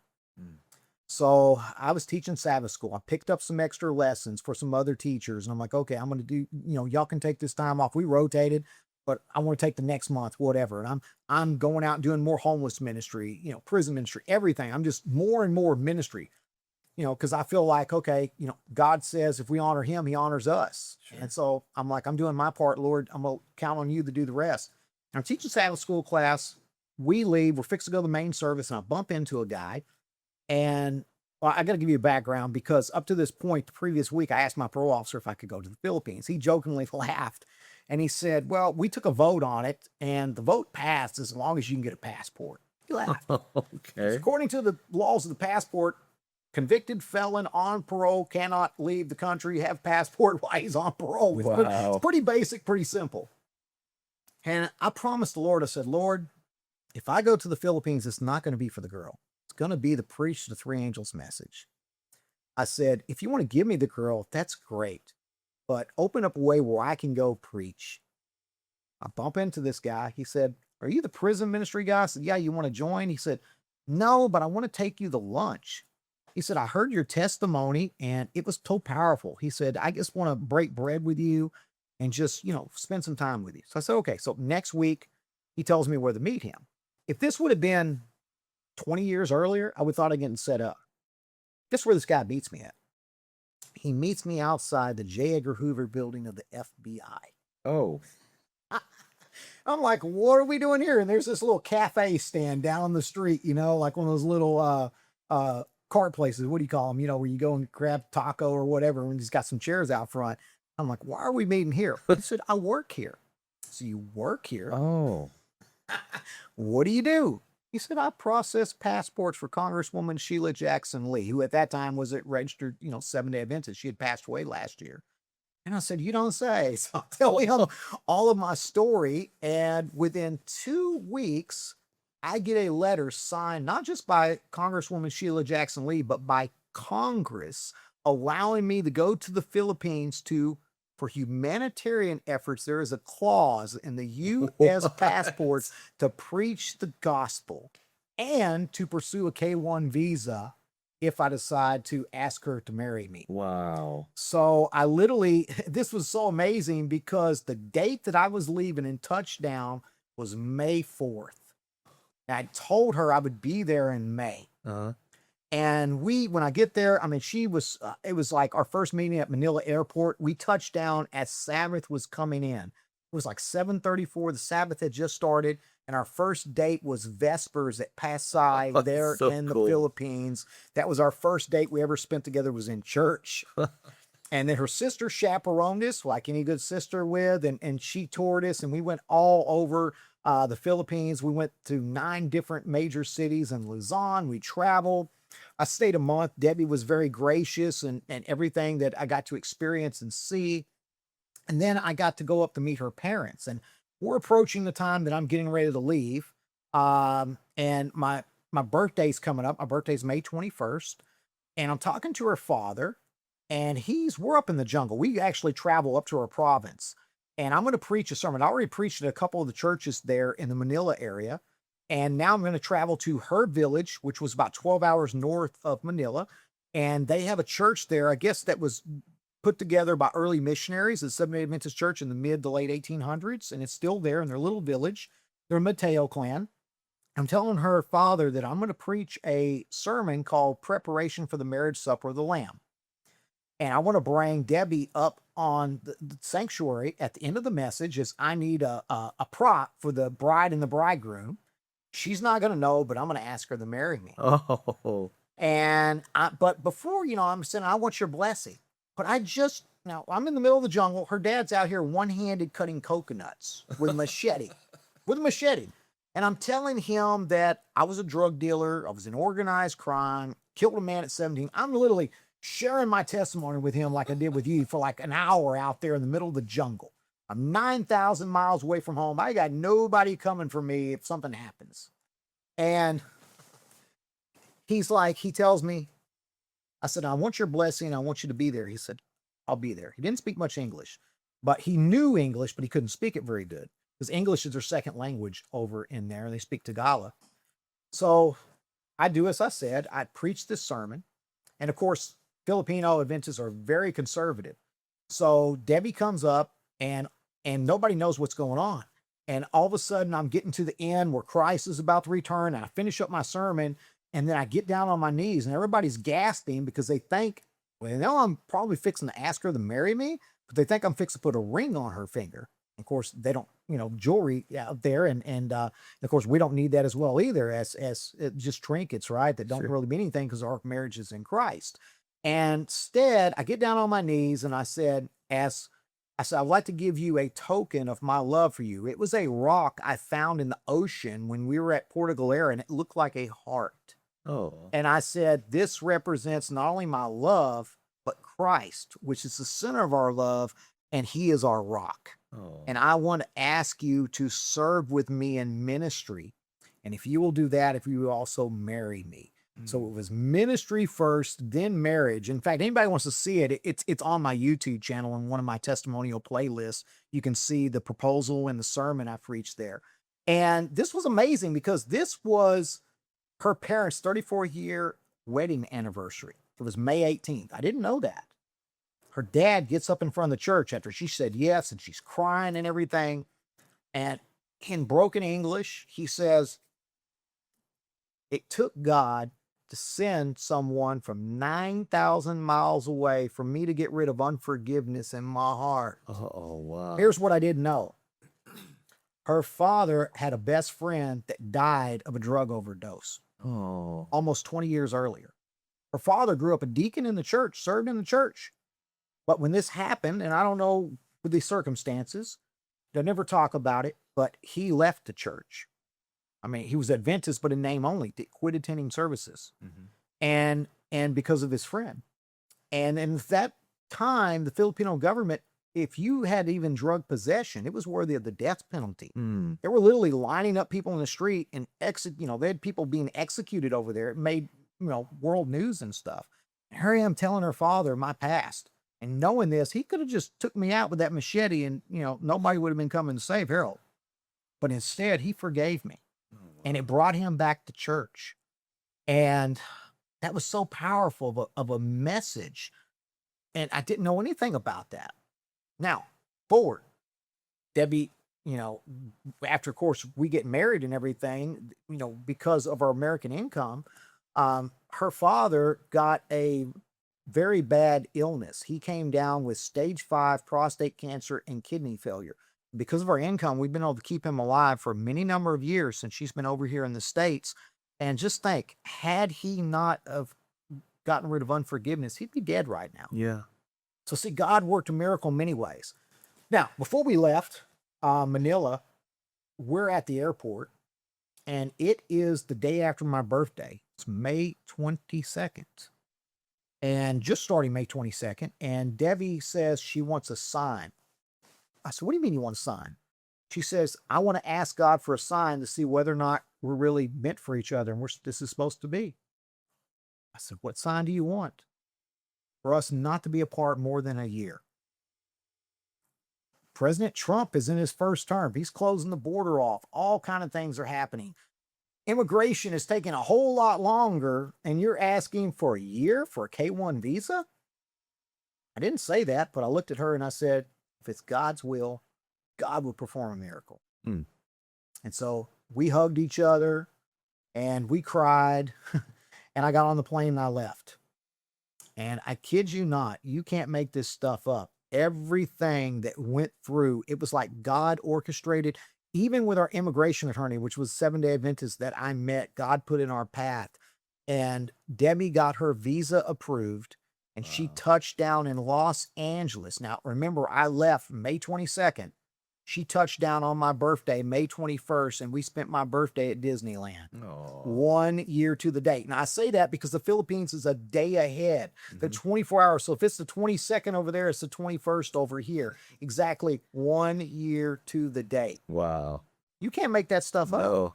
And God's been performing miracles over and over and over like that in our lives. And that's just the tip of the iceberg. Yeah. I mean, I could talk to you too during that time because this is really important for your viewers, the spiritualism, because I want to share now a part of my testimony that I've never ever shared with on any Adventist church, any forums, anything at all. This is something that I've really kind of kept to myself and just a few family members My wife knows about it.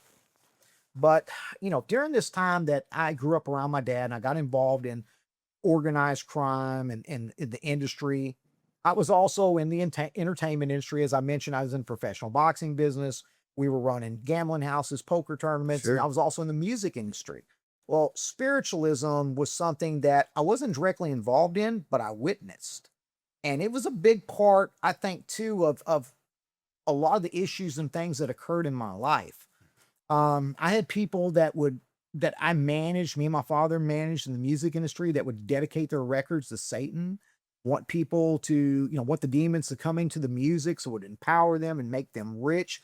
These things were real. There was rich people that were around us that would perform money baths where they would be naked and would have people massagers come in and massage $100 bills into their body. What? These things were just strange, hence strange normal, but it was very normal to them. And so I was exposed to a lot of this stuff. It wasn't just Gino and what was going on with, Gino felt, before he killed those people that, he could eat human flesh in certain parts of the body and it would empower him to be able to come across the border and not get caught by border patrol, and he would become more powerful and make more money.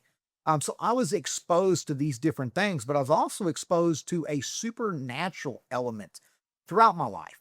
And it started in approximately 1978 when I was in Fort Worth, Texas. I was just 7 years old. Now, this was around about the same year I told you that God was reaching me through that big Bible that I found. And so there was some connection there because Satan didn't like that. So Satan started to, make himself known to me, or try to make himself known to me in many ways.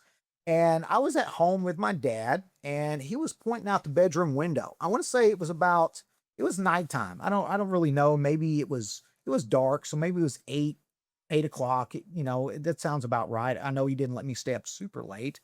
But my dad was pointing out the bedroom window and he told me to come up there. It's something he wanted me to see. And he points up at these stars and they were moving in a very unusual way. It was almost like there was one star and then there was something that came off of them and they went like this and then they would just go off and vanish. And incredible speeds. And then the one in the center shot up.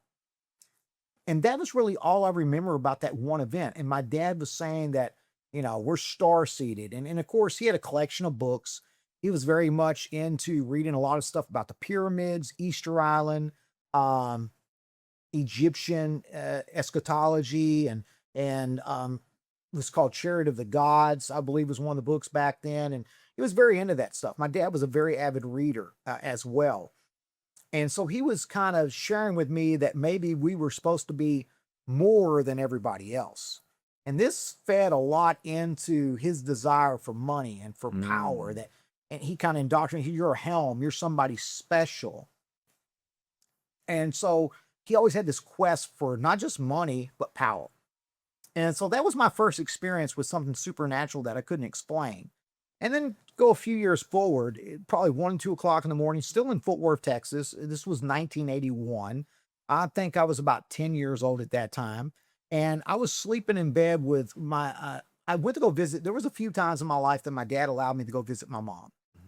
But every time I would go to my mom's, he would always put her down. So when I come back, he was always like, oh, your mom's terrible. She's an alcoholic, a drunk. You don't need to see her. And, so, but she would fight and try to get to see me every now and then. And this was one time I got to go see her. And I told you I had 3 other sisters with her. But so one of them's, so they're always 3, 4, and 5 years older than me. The oldest, Becky, she's in another room, and me and Brenda and Michelle have to share a bedroom. So I'm sleeping in them in the bed, and I get woken up pretty early in the morning. It was probably about 3 a.m. And I remember seeing the whole room illuminate. My sister Brenda gets woken up, like, at least I think she's awake. She sits up. And we don't know what it is, but it's like the light outside was so bright that it illuminated through the curtains. Wow. And it's pulsating, almost like, but there was no sound. It was just light. What do you mean pulsating? Like the light would go bright, like you'd see, like intensity. Intensity would come up and then it would go down dim. Huh. But there's a window here, window behind us. We're in this bedroom that has like 3 windows, and there's closets on this other side. And so it's very intense, and it's brightened up the whole house, like in the room. And I had this sensation that I couldn't move, almost like I was frozen and weightless. I couldn't really understand it. And when I woke up the next morning, I thought that I had a dream, but one of my sisters remembered that exact same event. Huh. In fact, she went back and told me about the bright light, that she couldn't move. Oh, wow. It was almost like we were paralyzed. And these events started to really, I'm going to move through some of these because they started to really go all throughout my life. Like I said, it started when I was about 7, and then a couple years later, then again when I was about 12 years old. So it seemed to be a little pattern here. Every few years I'd have these experiences. And Fort Worth again, that we either lived in Dallas. I was born in Dallas, but we spent a lot of time, my early childhood in Fort Worth, and then eventually would move back to Dallas. It's probably about 8 or 9 o'clock. I'm 12 years old. And at this time, I'm visiting my sisters again. So it's about every 3-4 years I might get to go see them. Mm-hmm. And then I went a period, I think, of 5 or 8 years where I didn't see them, but I could count probably a handful of times. And at this time, my mom is living in Fort Worth, and she was in a marriage with another guy, and his son got murdered a few weeks before. It was also featured on Unsolved Mysteries. They just recently cracked that case like last year for all these years. What was her name? What was his? Oh, if I wanted to insert a clip in here from the Unsolved Mysteries. Oh, Harry Aberdeen. Harry Aberdeen. Okay. Yeah. So he was stabbed on his way to prom with his girlfriend. Somebody bumped him from the back. He got out and he stabbed him multiple times, and he was dead pretty much, as soon as he hit the ground. Wow. And like I said, that whole time they never found out who killed him, and so it was a mystery. But here I was visiting them just recently after this happened, and we're playing together in the back room, and I'm 12 years old, and we hear like someone opening and closing cabinets in the kitchen. We're kind of scared right now. My mom is at her club. She's at the bar. So she had a bar in Hemphill called the Dugout. She's working. She left us all there. My oldest sister's in charge. Mm-hmm. And sounds like somebody's in the kitchen. And we're like, oh no, somebody broke into the house. But we get brave, and we kind of all of us sneak in there. We start coming down the hallway, and then we hear something like the back door open. So we go into the kitchen, and we see that the cabinets are open, and something had fallen out into the sink, dish or something. It didn't break. I think it was plastic. And we look outside, and what we saw outside was what appeared to be, I guess for lack of better words, a ghost of Harry sitting on the fence of the garden, looking at us, and just turned, and then all of a sudden he was vanished and gone. We were so freaked out and so scared that we had thought we had seen a ghost. Now, I'm too young to really come to the knowledge that I have now. And so we didn't know what it was. And we told my mom about it. And of course, she didn't believe any of it. She thought, we were telling ghost stories or something. And, but these things kept happening. All kids saw it? Yeah, we all, my oldest sister didn't see it because she was in the other back room. It was just me, Brenda, and Michelle. Okay. The same two that was with me in the room when the other incident occurred. Huh. Now that's interesting probably too. So it was the 3 of us, same 3. And, like I said, nobody believed us. And then, a few more years passed. Now I'm, from 1985 to 1990, there was always various locations. It was always around the Dallas, Fort Worth, and Austin area. I think I was like 14 to 19 years old that I would have a dream, or I think it was a dream of me being awake. Okay. I'm in bed, I'm awake, but I'm paralyzed. I can't move. And it's scary because I can hear myself like breathing, like everything, but it's like I'm not really awake, but am I awake? And I have this sense of weightlessness. And so I tried to snap myself out of it. And it's like I'd almost like jerk myself, but I'm not really asleep, but I'm not really awake. And this happened to me many times from 14 to about 19 years old. I kept having these reoccurrences of this sensation, where I couldn't move my body. What it was, I don't know. but it also felt during this time, it was very scary. Mhm. And I felt that, that whatever was going on with me, it was terrifying. So I knew it had to be something bad Mhm. and almost like demonic. And then in 1991, probably after all these events stopped occurring of this sleepings, now I'm in college. At that time, I was going to the University of Texas, and I'm hanging out with one of the guys that I was with, who would later introduce me to psychedelics. And he had read like Satanic Bible. He was into the occult. He had, he was into piercings and tattoos. But somehow or another, we became friends in college. And it's amazing because we still are in contact to this day. I'll tell you about that in a minute, how God really transformed his life. But here we are going to see some friends. We're in College Station. I want to say it was close to midnight. I'm 20 years old. Yeah, we were out with several friends that he knew from the Bryan College Station area. We were on their parents' ranch. And it was late at night. And of course, they're drinking. I'll be honest with you, I drank a little bit in college, but I never really liked to drink. My drug of choice was always high-end marijuana, but I didn't have any this night. We couldn't find any. We were coming back. We were on the road. We didn't want to really travel with it and so forth. And so we're at his friends, and they're like, hey, let's just lay out among the stars. They got a huge ranch, probably 200-300 acre ranch. Their family, well off. And so we take some pickup trucks that they had, and we go and we put some blankets, and we're laying in the back and we're watching the stars. And after watching the stars for a while, saw the most peculiar thing. And I'm laying down, my friend's on the tailgate, and a couple of our buddies got some girls. I didn't have any girl with me, so we're just watching the stars. And I look up and I said, hey, John, look at that, man. That's weird. Looks like a star, but all of a sudden it starts moving. And it starts twirling around a little bit. Oh. And I start seeing these stars like dance in a circular motion. It wasn't just one, now it's 3, 4, 5 of them. And it lasted they started making different patterns, formations, and everybody saw this. And it lasted for several minutes. And then a couple of them vanished, shot off in a different direction. And a couple of them almost like they became the constellations. If you can understand it. So it looks like stars that are moving, then all of a sudden they're not moving no more, and they become the constellation again, or whatever they were got in front of the stars. So it looked like they were part of the constellations, but now they weren't moving no more, just looked like normal sky. That was pretty strange. And, I'm having these experiences every few years. These things are happening. And of course, it probably doesn't help that the guy that I'm with is deeply involved in the occult. Yeah. And really? Satanism. Yeah. And of course, he was the one I said introduced me to, the psychedelics. Okay.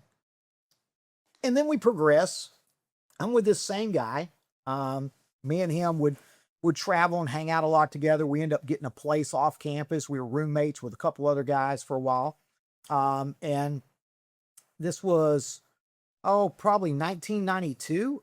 So I think it was right about the next year. And me and him are traveling back from, where are we traveling back from? We're traveling back outside Lincoln, Texas. We're on the road. At that time, I was even making trips to Mexico to go party down there. So sometimes we just hop in my pickup truck. We'd go down because, we're in Austin. It's not 5-6 hours from the border. And we go down there and party or go to some of our friends. I was really partying a lot back then. But I wasn't the type. I never drank and drive, never did drugs while I was driving. I was I was like a functioning addict, I guess you would say, or somebody was doing drugs. And so there's times that I would pick times that, okay, I'm going to get messed up. But, there was times that I could stay completely sober. So I didn't want to get pulled over, have any problems. And so we're coming back and we're in a place called Lincoln, Texas. Now we were trying to get back to UT Austin to college, and we stopped close to Bryan College Station again. We, had a lot of things we were doing down there in that area. And of course we asked some people from Texas A&M how to get back to UT. Big mistake, because they sent us on the wrong direction. I ended up at a place called Lincoln, Texas. There's tarot cards, signs everywhere. It was kind of crazy. We passed through the town and said, man, we are lost. Sure. So we're on a little bitty dirt road that we have no cars, no nothing. We're driving. I look off in the distance and he sees it. And I'm like, look at that. There's a light pulsating. And it's coming. It's really far in the distance, but it's almost like it's coming up like this, and it's illuminating the clouds. It's so bright. The same rate pulsate as the one you saw in the. Similar, yes. So it's like bright and then fade back down, Okay. dim. Bright, and of course he had done some experience in the oil industry before he was in, and he wasn't going to college. He was just a friend of mine I met through, I was running the pool hall there at the local dorm, and that's how I met this guy. But he had worked on the Alaskan pipeline, before he got involved in drugs and a lot of other stuff. The cult guy, or not? The guy I'm with, the Okay. John guy. And was he the guy that was in the cult? Yes, yes. Okay, yeah. And so he's thinking, oh, this maybe is an oil fire or pipeline. And he's like, I'm like, sure is bright. It's way too bright. So I'm like, look, we're getting closer to it. The road that we're going is actually kind of bringing us in that direction. And it's like, look, man, that ain't because it's not the right colors. And he was trying to tell me what a gas fire looks like. And it's not a gas fire. It's not a house fire. He's like, I've never seen anything like that. I'm a science major. I'm like, yeah, definitely. This is pretty weird. I'm like, we're getting closer. I said, let's just go check it out. Let's see what it is. So we take another little side road, dirt road, and we go down, and I'm in my pickup truck, and we get where it's super bright. And it's so bright, Bradley, that's illuminating the bottom of the clouds. Yeah, wow. Like you can literally see clouds because it's so bright. You can tell there's clouds up there because it's really cloudy. And we go down. There's like a gate there, but the gate's open, and there's llamas. Now, at that time, I didn't know Texas had llama farms. There's like dozens of these llamas. And I'm there, I got my headlights on. I'm blowing my horn out for the llamas to get off the road, and they're just petrified. They're looking at this light. They're staring at this light. They're not moving. So I kind of drive around them. It's dirt road. I'm in a truck, so I go around them. We get closer, and there's a ravine. Now, granted, we are in the hill country where that part of Texas, there's a lot of ravines, a lot of cliffs, and it's kind of hilly. And so it's not uncommon for there being ravines. So we go over to the edge. This thing is so bright now. I mean, it is just like, it's super bright, like illuminating almost, not like the sun hurting your eyes, but really bright. And now we get up over the ravine. I'm like, it's down in it's down there. And he looks at, he's like, come on. He said something I won't repeat, but he was freaked out. And it looked like a bulb, like an orb of light. It was pulsating, making everything brighter. And right when we looked at it, it probably wasn't 2 to 3 seconds. It's like this thing had some type of intelligence, because the ball of light, I'd say for lack of better words, an orb, it literally came up over the cliff like it knew we were there and coming at us. We turned around and started sprinting back to my truck as fast as we could. We were like, let's get the blankety blank out of here. And we jumped back in my truck. It was a standard. I know I threw it in the gear. I remember peeling out around this, and I don't care if I hit a llama. We're gone. He's telling me, this is demonic. It's evil. They're demons. They're demons. I know exactly what this is. He was involved in the occult. And he's like, it's after us. And so I'm like, we're trying to get out of here. And as we're driving, I look over and there's bushes. It's really heavily wooded. And I look out the window, and it just looks like what appeared to be a group of men with sheep clothing, hats on, like you've seen them with like people that are like tribal people, but they have like this wolf skins with the hats, where they were wearing, like they're running, but they're running through the trees, like passing through it, like, almost like spirits, or at least that's what I think they were trying to make me think that they were. And it was really crazy. And we got back on the road. We finally found a way back to UT. We promised ourselves that, hey, we weren't going to talk about this with anybody when we got back. And we didn't, but it was pretty crazy. Can I ask you one thing? Sure. I have to ask this. No drugs, no alcohol. I wasn't a drinker, Yeah. but no, we had no drugs. In fact, we were hoping we could get some drugs. That was one of the reasons because I wasn't, this was a time in college that in between, but I didn't start selling yet. And we were actually trying to make some connections, was one of the reasons we were traveling. I was trying to make some connections in college to buy and sell drugs. Sure. And so we didn't have any at that time. We were actually upset because we didn't have any. Wow. And we were completely sober. And this was crazy. And, so you look back at it now, this same person years later made contact with me. He was in Hawaii, was down on his luck. He asked for a little bit of money. Said he was trying to get his life in order. I sent him, he said he needed money to take a course for some type of training. I sent it to him. Never heard from him again until a couple years ago, years after I got out of prison. He found me on Facebook and contacted me and told me, I want to thank you. You're the only person that helped me when I was in Hawaii. I got stranded over there. He went to Hawaii, thought he was going to go out there, and I don't know. He played guitar too. Maybe he thought he was going to become somebody or have some, whatever it was, but it didn't work out for him. He got stranded and he had no money. He was down on his ends, and I gave him enough money for him to take a course for him to become a salesperson with Toyota. Okay. And over the next 15 to 20 years, he became the #1 salesperson in the entire nation. And now he's married, has a wonderful wife and family, is a Christian now, turned his life around and lives in that same area to where some of this stuff took place. Yeah. Wow. And he told me if I pass through that area to come look him up, so he can take me, take me out to eat. Well, it's more confirmation that catch up.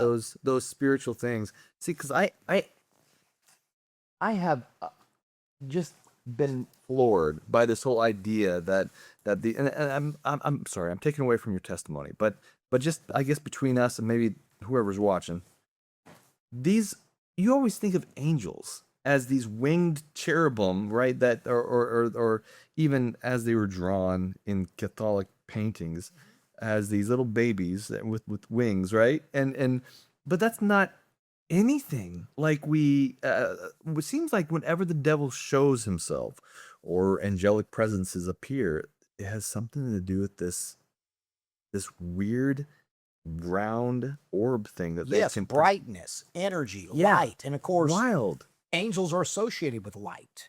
In fact, even God, when you think about the burning bush and Moses, and when God, when Moses asked him to reveal himself to him and he passed over him, you had this brightness that illuminated Moses when he came down off the mountain. And, from a purely scientific method, God exists outside the laws of physics because he created them. Of course, in Einstein said if you travel at the speed of light, time stops. And if time stops, you can be past, present, future in every place at the same time, which, it makes it easy for God being God because he's beyond those. But yeah, every time we see these forces at work, that they're not the winged creatures. But I think, if you were primitive people and you're trying to describe something that moves in the air or around, of course, they always made like halo, like brightness. And they talked about that brightness, but the only thing they knew that flew was birds. Yeah. So they could associate wings with these angels as flight. But no, yeah, I don't want to stop you, but I'm reminded of there's some very distinct times in White's writings where she says we go to heaven. They do have wings, but at the same time, they can change their form too. They can change their form. Correct. Yeah. So I don't know. I think we see through a glass darkly, kind of right now. We don't understand completely, but I am confident that what you saw was definitely an angelic presence. I do too. And I think people forget. Satan's an angel. Yeah. Demons are angels. They're just fallen angels. Yeah. They're not the good angels. And, I believe that, Satan can't just say, let there be light. He's not God. He can't create something by speaking it, but he can use technology. Yeah. And Satan has had advanced technology well beyond any time frame that we could even imagine. We don't know how much time transpired from the time that God created us and that sin came in, was that first week, if they were created perfect, was there even time at that point in the sense that we understand? Because time's a definition of things decaying and dying, a carbon atom. So, you start thinking about that stuff and going, of these prospects and going, okay, these angelic beings that were good, that fell and became bad, they still are beautiful. They still have their forms that they were given, but their intention is evil. And that's why it's always important to go back to the Bible. Yeah. So, I kept having more and more appearances. In 1996, I had a really major one that I had other people with me besides this guy. Me and my mom and my first wife at that time. I was still married to her. And this is 1996. We're traveling. My Uncle Carl passed away in Missouri. And we went up there. And of course, my mom had taken this trip dozens of times in her life from Texas. We go through the Indian Turnpike, never missed a turn. But for some reason or another, coming back, we missed a turn. And we end up in one of those roads with cornfields on both sides. And we're traveling. I want to say, it was late at night. Well, probably, well after midnight. I'd been driving quite a few hours. And my mom and my wife at that time are both in the car. And I can't there's no truck stops, there's nothing, there's no cars, and I've got to go to the bathroom. So I literally stopped on a corn road, which a lot of times people do when you're out in the middle of nowhere. And eventually, my wife gets out. She wants to smoke a cigarette. I'm smoking cigarettes at that time. This is your first wife? First wife, yeah. The one that was dancing in the clubs. Yeah. And my mom gets out. She wants to stretch her legs. And my mom looks up at the sky. And my mom says, "What is that? It looks like a spider on water." What she saw was what looked like a star. And it jumped across the sky. Oh, I've seen that. Yeah. She called it a spider on water. Now, me being a science guy, I'm like, it's not a meteorite. It's not a planet, not a satellite, nothing that I could say, okay, the inclination, the amount of distance that it's traveling like this, is probably, thousands of miles across the sky like this. Right. It's so high up and it's traveling so far, so fast that nothing that we know can do that. And we're like, what is that? And about that time, my mom's like, and the door's open, the car's still running. And my mom's like, "I got to sit down for a minute. I'm getting dizzy." So we break our eyes off this, look at my mom. She sits in the car. And then immediately me and my wife turn and look over our shoulder. It was almost like something drew us to turn and look over our shoulder. And right behind us, maybe a football field length away from us, 200 to 300 foot off the ground, I see what appears to be a half of a moon manta ray shaped craft, almost like a stealth fighter. They didn't have stealths back then. At least they didn't tell us they had stealths, but it wasn't pointy. It was round and you could see through it. Like you could see the sky, the stars behind it. In other words, it was transparent. We turned and looked at the same time. And just like that, as soon as we realized it was there, it skipped across the sky from one end of the horizon to the other, made no sound, and left little twinkles, like literally like tracers, like you could see it. We went straight back to the car, which we're maybe 4 or 5 foot behind we're like, my mom just got back in the car. We were towards the bumper of the car. So we literally just have to take 1 or 2 foot till right there. And my mom's asleep in the car. We're about to tell her that thing that you just saw, we just saw, because we think it's connected. And she's asleep.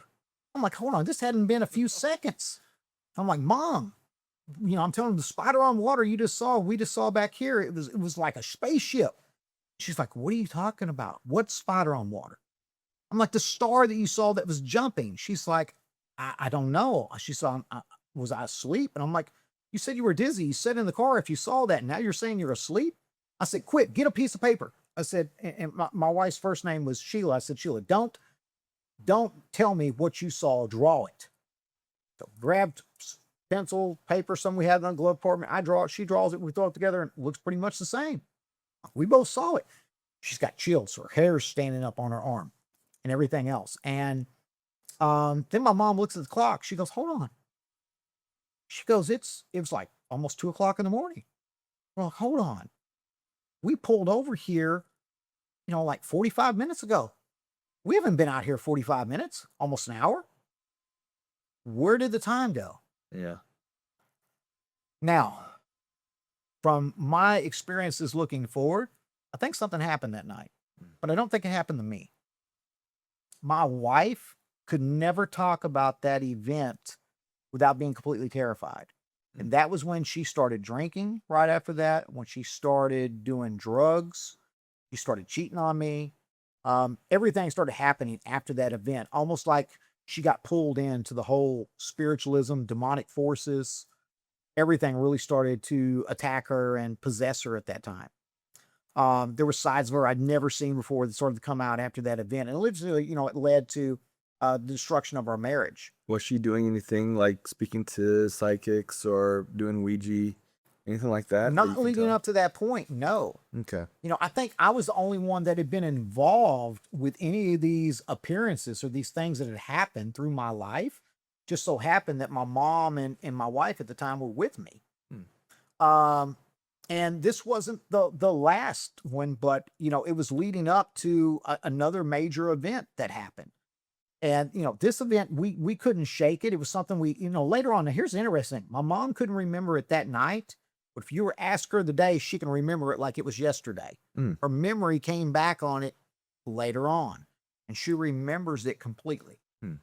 Now, after I got out of prison, and this was, I want to say it was 2006. It's around 12 midnight. Just got out of prison like a couple weeks earlier, and I was living with my grandmother. This was right after my dad passed away.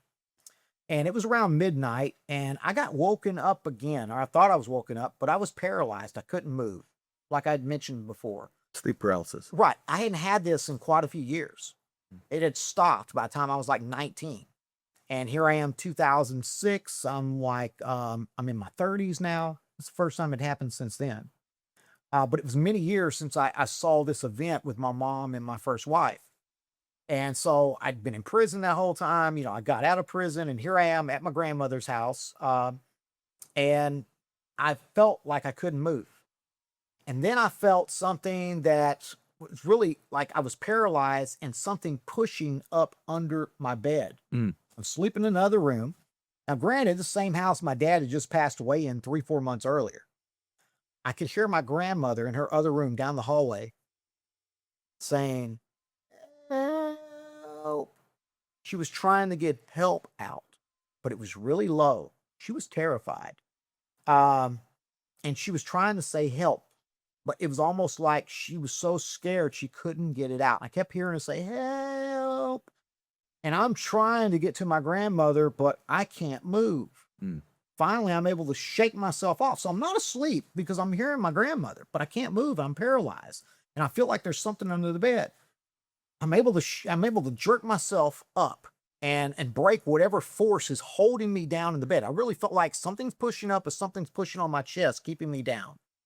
I run down the hallway into my grandmother's bedroom. She's in bed and she's terrified, and she's pointing like this, and she's telling me something's under her bed, pushing up. Now, I'm getting really kind of like terrified at that point. What's going on?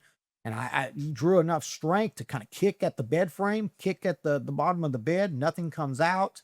I'm thinking, is there an animal underneath there or something? But, deep down inside, I know that's not it. But, you try to go through the steps and the motions. And then I get a little braver, and eventually I kind of look under the bed. There's nothing there. And about that time, it's gone. My grandmother's able to sit up. She tells me that there was something pushing up under her bed. She couldn't move. In other words, she had a similar experience that I had. Yeah. And she thought it was my dead dad had come back.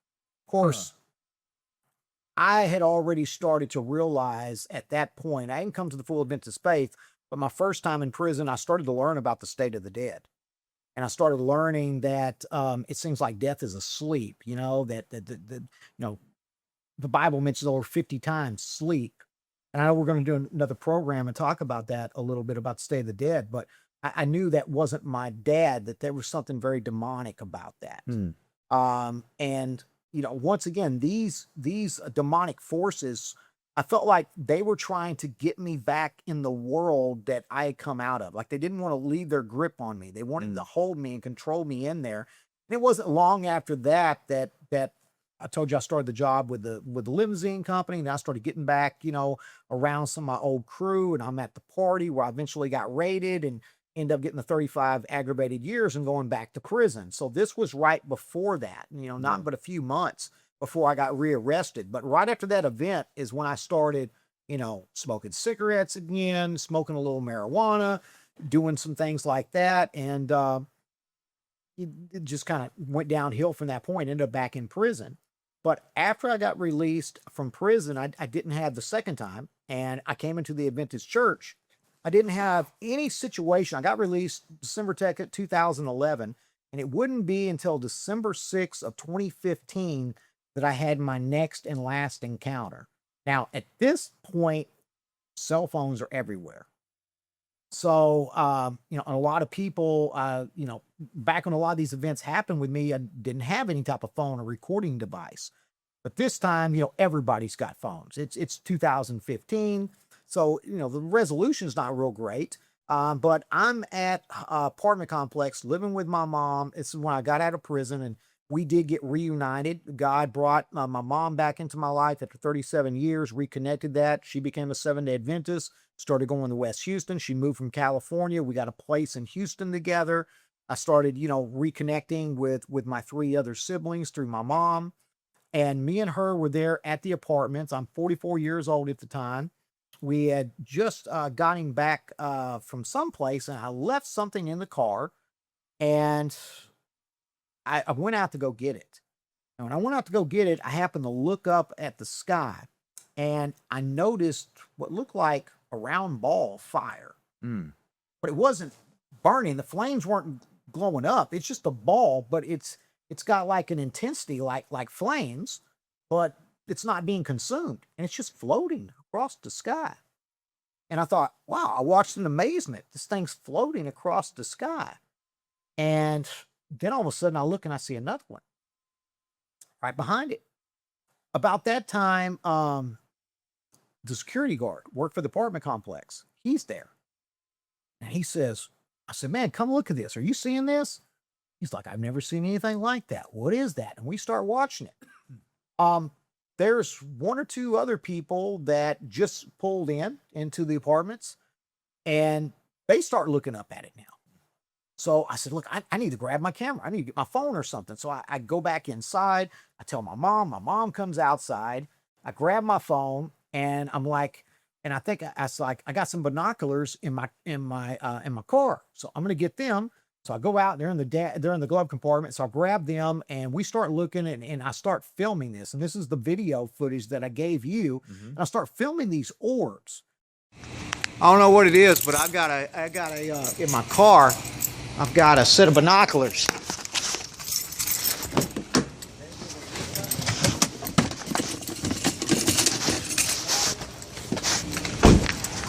Here, keep filming. Hold on, I'm gonna look. Keep filming, it's running.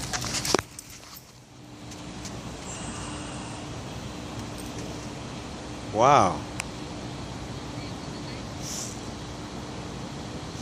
I don't know what it was. I'm looking at it now, I can't tell. You can, I don't know, man. I never seen anything like that.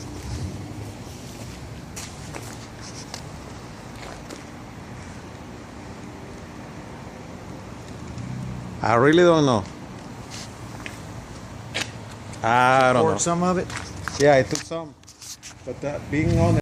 Record on it while I look in my I gotta get binoculars and see if I can see what it is now.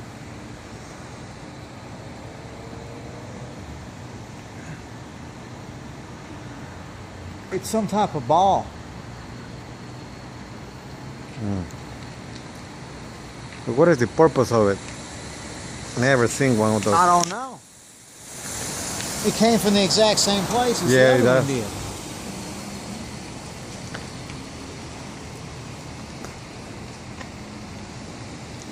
But the thing is, it's floating, making no noise. I'm looking at it. It's a round orb. Doesn't appear to have any type of craft around it. Just a light. Just a glow. And it came from the exact same spot. Now that is weird. That's weird, right? Never seen one of those. But it. That is weird. I have no idea what it That's is. weird, isn't it? Just telling you, I don't. A balloon, I know. You see a balloon and you recognize it's a balloon, but That looks like something on fire moving. That's what we thought, but it's not making.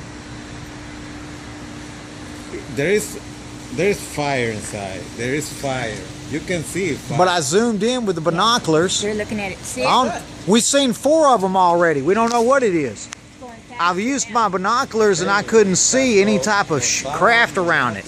Just a ball of, like a ball of light. It looks like fire. Around it now. Look, it looks like it's encased in an orb. It looks just like like an orb of fire. Yeah. It looks like it's on fire, doesn't it? But it's not. I looked at it with my binoculars. You can't see a craft or nothing. So there'll be another one here in a few minutes. We've seen several of them.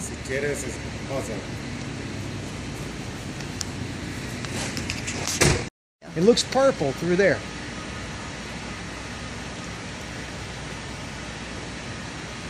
I'm looking at it in the binoculars right now. Oh my goodness, it's a little ship. A little ship? That is weird. It looks almost like it's got a ball of light. It looks almost like a manta ray.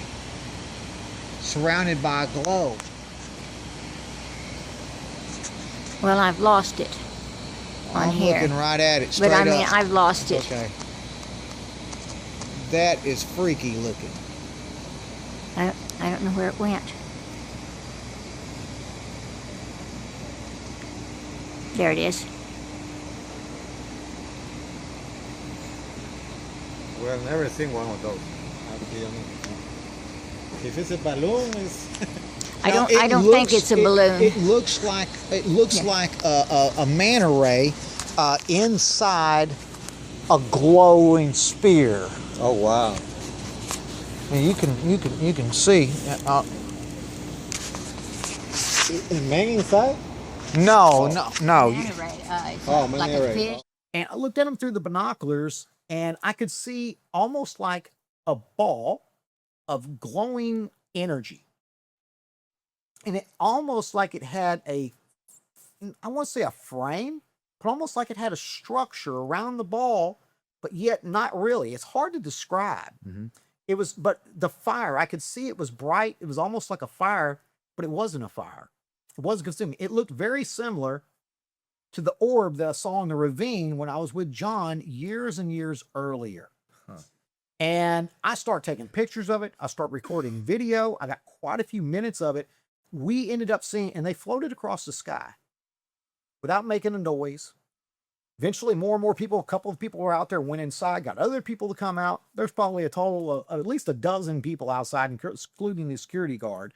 And we're seeing these orbs go across the sky, one after the other. And we counted a total of, I want to say it was like 7 or 8 I counted. And I filmed a lot of this. Mm-hmm. So much so that, and I knew at that point, I'd come to the Adventist faith, I'd come to the truth. I'm like, these things are demons. Yeah. And I was like, they're like just showing themselves to me again. And I'm like, but I'm not having any of it.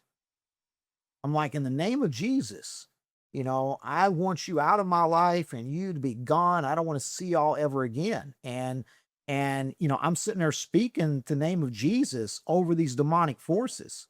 You can't have me back in that world. There's nothing you can do to fascinate me, to intrigue me, to make me go back, or any of that.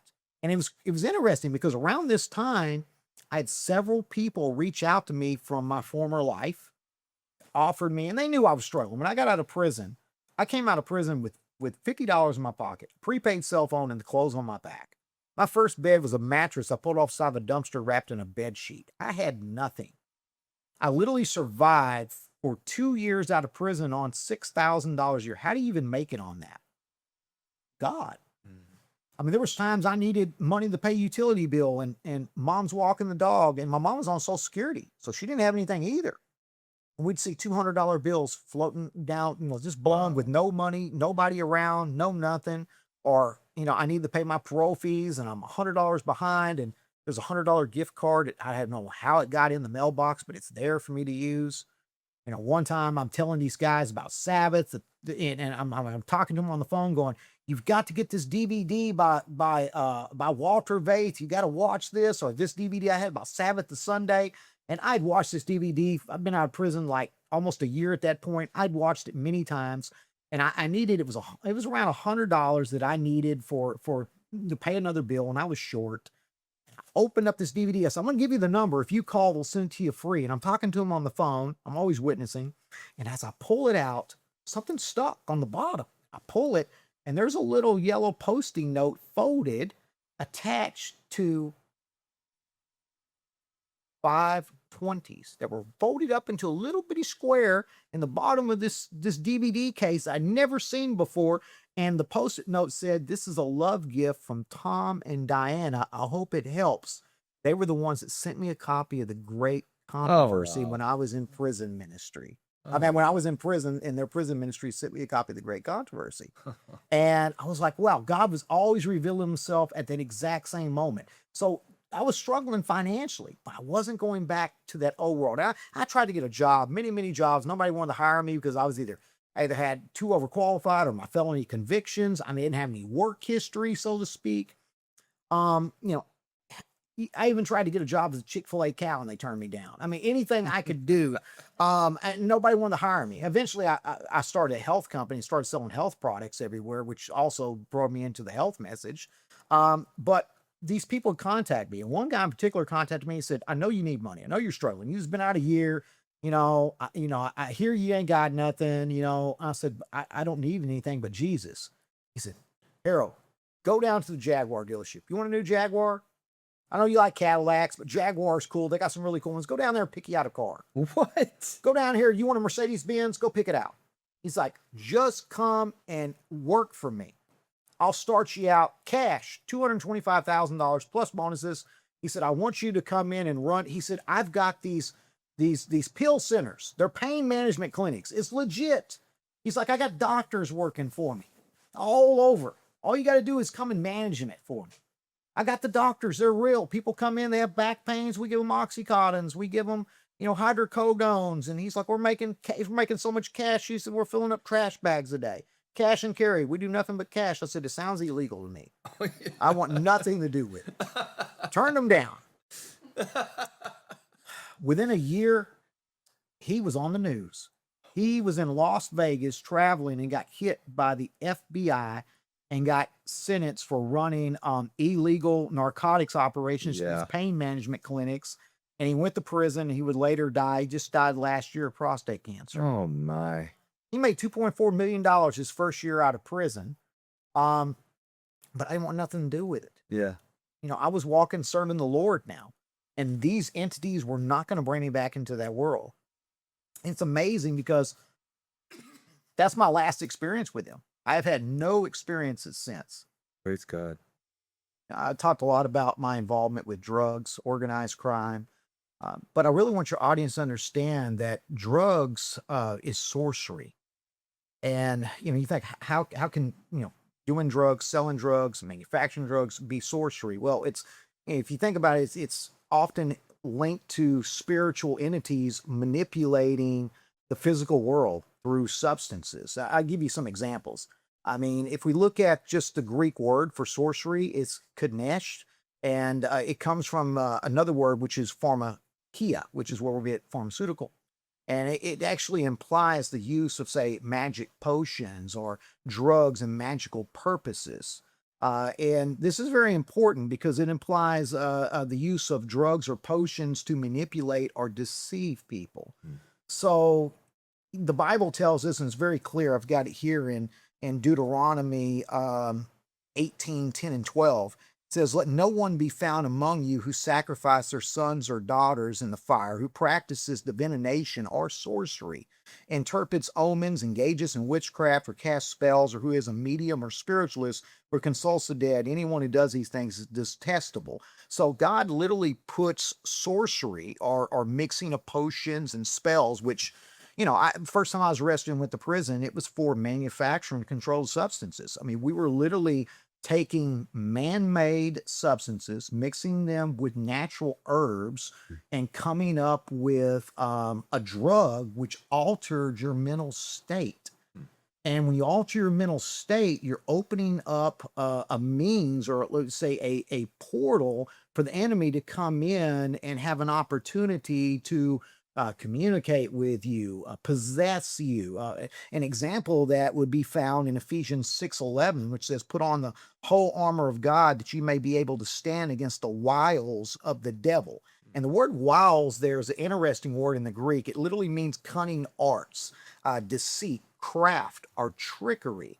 So when we do these things, we engage, and not just drugs, you think of the music, especially today. Satan is alive and well in the music. I remember when I first got out of prison, my sister picked me up and she was listening to Rihanna and she didn't think nothing about it, but I asked her to turn it off. And she was like, "Why? You don't know who Rihanna is?" I'd been incarcerated for, a very long time and listened to secular music. Only music I heard in prison was Christian music. And when people come in and do ministry services, or we had church services. So I was You only heard Christian music in prison? when I was I did not, a lot of guys had radios and different things. I didn't in my cubicle, in my bunk. I never got a radio.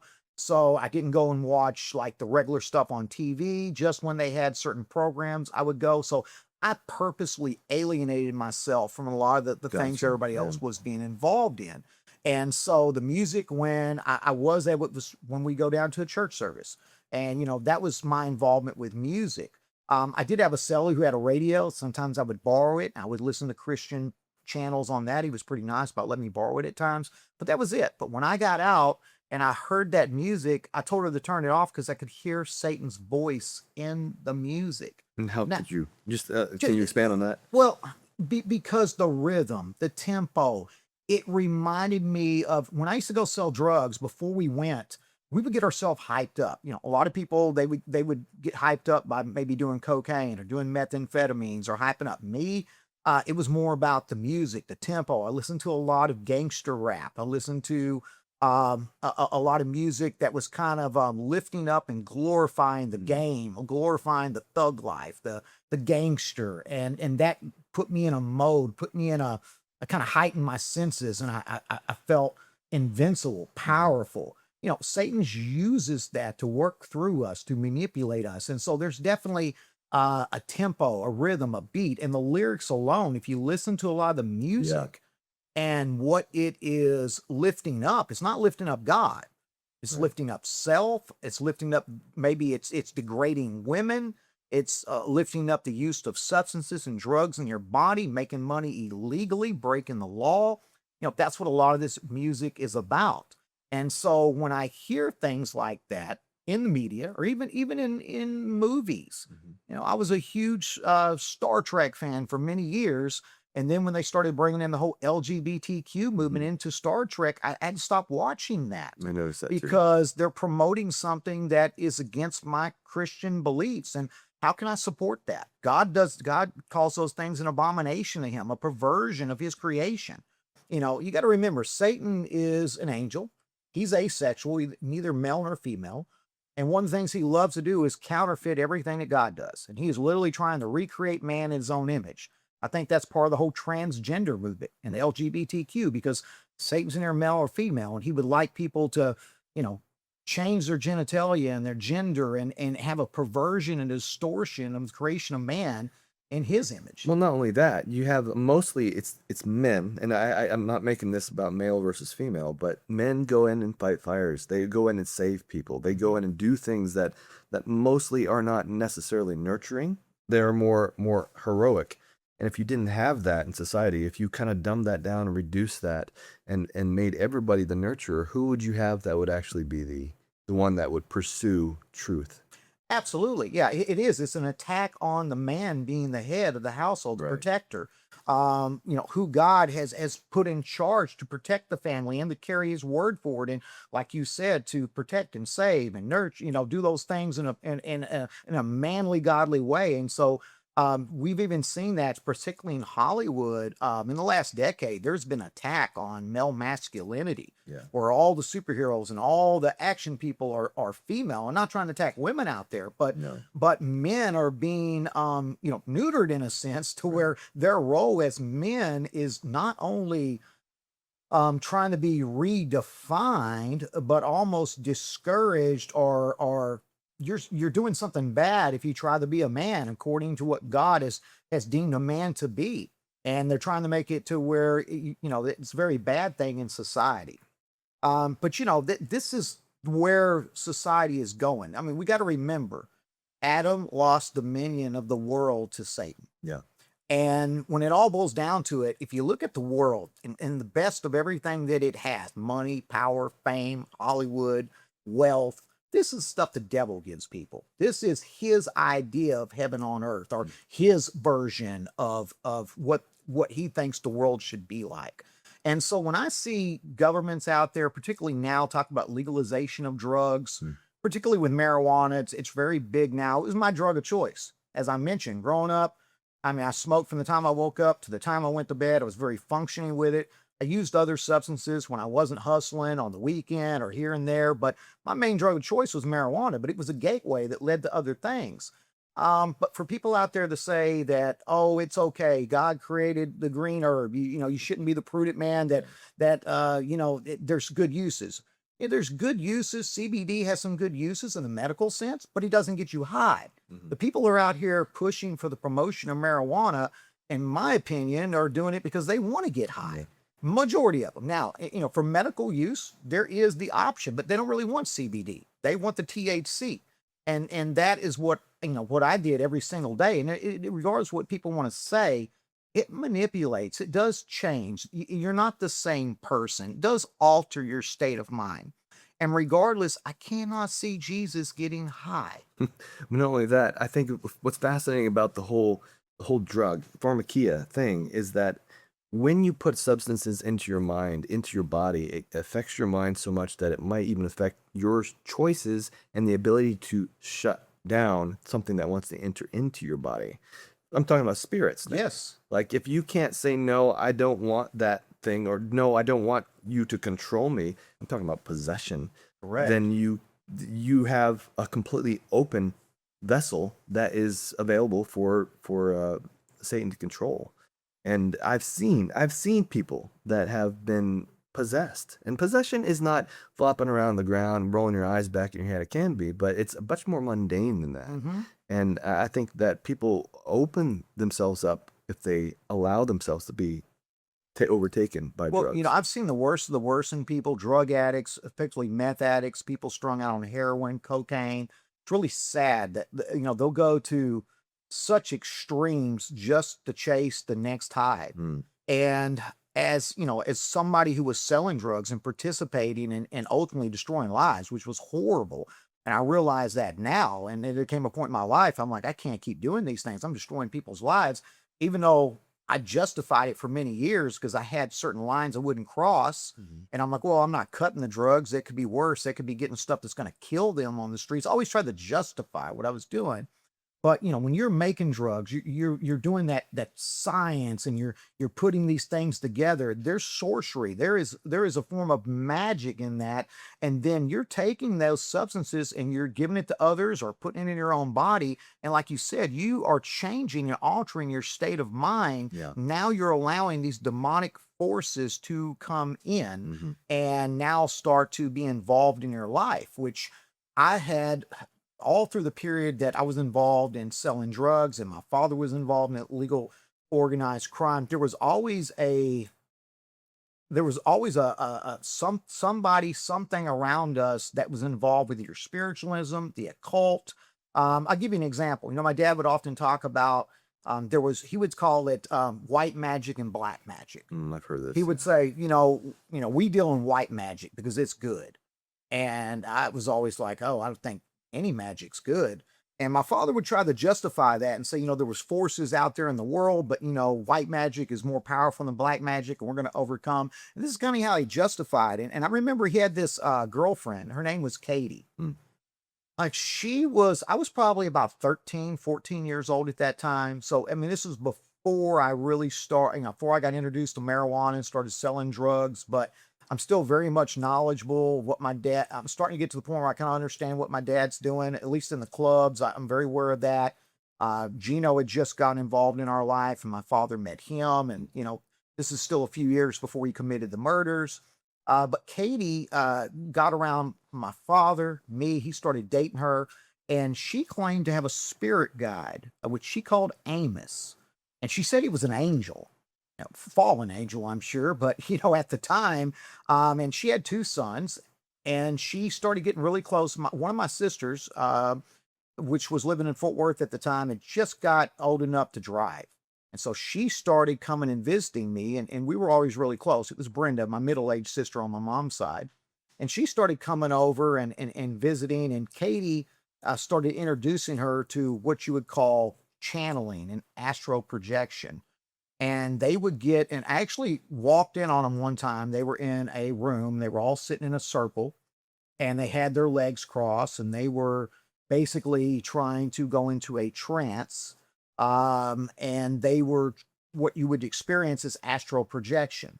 And I didn't really, I'm 13, 14 years old. So then Katie and my sister was like, oh no, you need to try this. And they started trying that, she tried to start teaching me how to do these things. And I did try astral projection. So I started getting into that phase of like, okay, this is something it seemed like kind of cool. I'm tapping into some secret power. I'm feeling my spirit leave my body. At least you think that's what's Right. going on. You almost like hovering, and you'll get yourself in a trance. You get really relaxed state. There's normally some type of Eastern music involved. There's incense. There's you're supposed to be stimulating what they call the chakra zones in the Yeah. body, certain points, the soul points that you have in your body that are supposed to enable power within the human spirit to become like a god. And she was very involved in this. And then she claimed that she could speak to Amos. And this is where I started witnessing channeling, to where she was having this Amos spirit guide come and speak through her. And this is where it was right about this time that things really started to change, because my father still had quite a few clubs. He was very well off. And it wasn't within maybe 18 months after meeting Katie that, he had the whole falling out with his business partner. Business partner got murdered. Then my dad lost his, pretty much his entire fortune overnight. And then he, it wasn't a couple years later, Gino goes and commits the murders. But it seems like up to that point, my father had slowly getting more and more exposed, but this was major exposure. And he was literally, he had told me stories later that when he was young, his first wife, who I didn't know at the time, was also involved in tarot card reading and was sharing readings with my father about his future life and what would happen. And she told him and warned him about a redheaded woman. Later, he thought that was Katie, because Katie was a redhead woman who started introducing our family to spiritualism and channeling. But these were all deceptive practices of Satan. I mean, obviously, she was being used as an instrument of the enemy. And so I started to pull back from the whole astral projection and channeling. But it wasn't long after I went to the University of Texas when I got involved in LSD and mescaline and those drugs. I wasn't doing astral projection, but when you're dealing with psychedelics, it's very similar. Yeah. You're still changing your state of mind, your altered perception, and you're opening a way for the enemy to come in and communicate with you. Yeah. And as I mentioned, a lot of these supernatural encounters that I had throughout my life, I really think that the times I was involved around spiritualism, the occult, Katie and what she was doing, it was always heightened. So when I was young or when I was older, as I was coming to the Adventist church, the encounters I had were not, they were mild compared to the ones that I had while I was really close to those practices. And I think that's not a coincidence. I think that as we participate in more, whether it's through drugs, whether it's through spiritualism, trying to communicate with the dead, seeking some type of other power, we're opening up opportunities for the enemy to come in and seize control. It's almost like we're giving him authority to do that. but we have authority over Satan. Mark 3:15 says that we have authority to drive out demons. And so once I learned that truth later on in my life is when, that last time when I saw the orbs over Houston, I was a 7-day Adventist, and I sit there and told my mom, I said, these things are demonic. They're trying to show themselves. I'm going to say a prayer right now, and I'm going to cast them out of our lives. And I have never, ever seen them have any encounters. I mean, obviously, they're starting to manifest themselves on the local news because a lot of people are talking about it. Sure. But I have not had any direct impact because I think they know now that they can't get me back in their world anymore. I'm done with it. And that's what I want your viewers to know, that there is hope in Jesus. And also if y'all want to connect with us and follow us, we're on social media. On YouTube's our #1 platform. You can put the little @ Making Life Changes in the search bar. You'll see the earth of the 3 angels. We're also on TikTok, MLC 1844, Instagram at Making Life Changes, and Facebook at Making Life Changes Now. And Lord has blessed me over the last decade. They have an amazing ministry team. We have 3 generations of a family that's involved with our music ministry. My wife's a secretary. She's also sings both in person and evangelistic series on our YouTube channel. My mom, who I was separated with for 37 years, has been leading our correspondence program for over a decade and is still heavily involved at 81 years old. She's still heavily involved with the ministry and so many people write us from around the country. Not just in prisons, but now I'm getting mail from churches in Africa and Southeast Asia and other places that are like, wanting to connect with Making Life Changes Ministries. And like I said, I think that's one thing that separates us. Yes, we talk about what's going on in current affairs and biblical doctrine and testimonials, but it's like what we do with what we learn as a Christian is so important. Yeah. The truth should be transforming lives, period. And that's what Making Life Changes Ministries is about. So, if you or anybody else that wants to get closer to the Lord, I encourage you to follow along with us, because the teachings and what we share, hey, if Jesus Christ can redeem somebody like me, I mean, literally in the pits of hell, I mean, I was as low and as broken spiritually. I was a mess. And I've had people from my past call me up and literally say, do you think the Lord could ever forgive us for some of the things that we have done? And I've witnessed it and told them there is always hope in Jesus Christ. All you got to do is look at so many stories in the Bible. Yeah. I wouldn't have time to get into it, but Christ loves us. And he says he can save those even to the uttermost. All we have to do is repent, ask him into our lives, ask for forgiveness and follow him. And I truly believe that if you're following Jesus, these other things are going to start falling out of your life. Ask him to remove it. Ask him to give you a victory over it. Ask him to replace these desires with something else and fill it with something that's holy and righteous.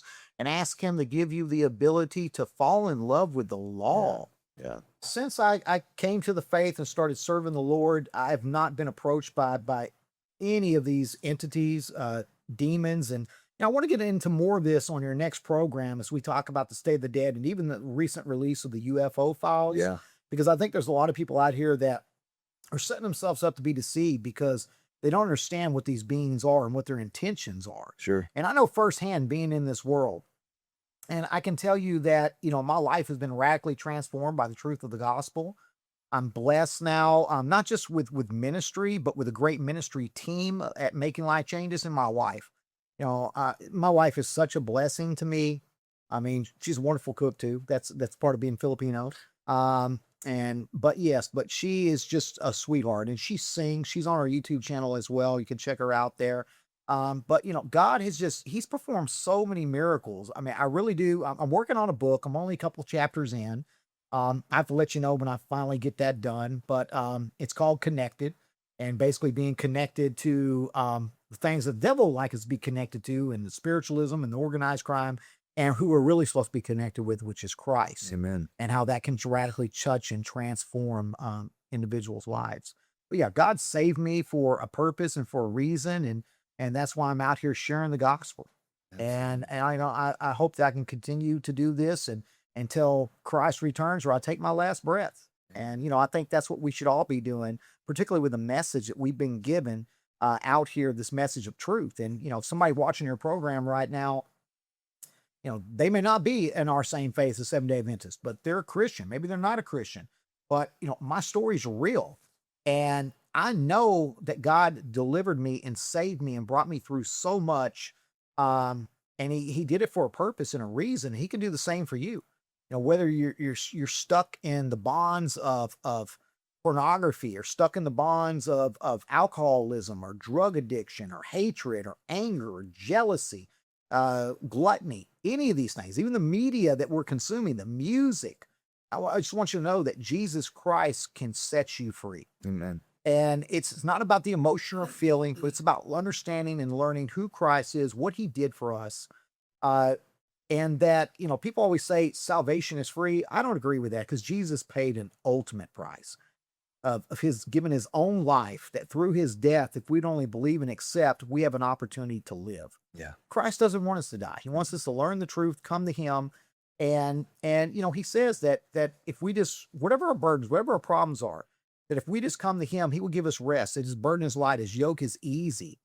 And, and his requirements, they're easy, the 10 Commandments. And we don't keep the law because it saves us, but if you're truly saved and Jesus is who you're following, you should be keeping the law. See, I don't have a desire to smoke marijuana, sell drugs, hustle. And it wasn't because I tried before. I tried to quit smoking cigarettes, Bradley, and then a few months later, I'd be back smoking it. Sure. But when I got into the faith and I learned the truth and I got it that second time, I asked Christ to remove these desires from me. Remove them and replace them with something that's godly, something that's righteous. I only want the desire. See, too many people, they don't line their prayers up right. They say, oh, I want to stop smoking. I want to stop cussing, whatever it is. Stop watching this filth that I'm watching on social media. And, and they'll say, okay, God, make me stop doing that. What they really need to pray is God, remove the desire that I have for me to want to do these things. So it's the things that I used to love, I now hate. And the things that I used to hate, I now love. Yeah. And that's how you overcome. And sharing your testimony. We overcome him by the blood of the Lamb and the word of our testimony. And so it's very important. So if Christ's done something for you, please share it with somebody. Amen. Absolute. I think that's an excellent place to stop. Can you have prayer for us before we go? Absolutely. Dear and most gracious Heavenly Father, Lord, you've been so merciful with me and so many others. We thank you for the victory that you've given us by sending your Son to die on Calvary, that through his death and paying the price that was required under the law, that by accepting we may be found worthy, righteous, and whole in his sight through his deeds, not none of our own. I thank you for delivering me from the pits of hell, restoring me and giving me the message to share with the world. We thank you for Brother Bradley, the work that he's doing and his team. We ask you to bless his channel, that it may reach many, many more people for you, and that it may shed light on the deception that's not just coming, it's already here.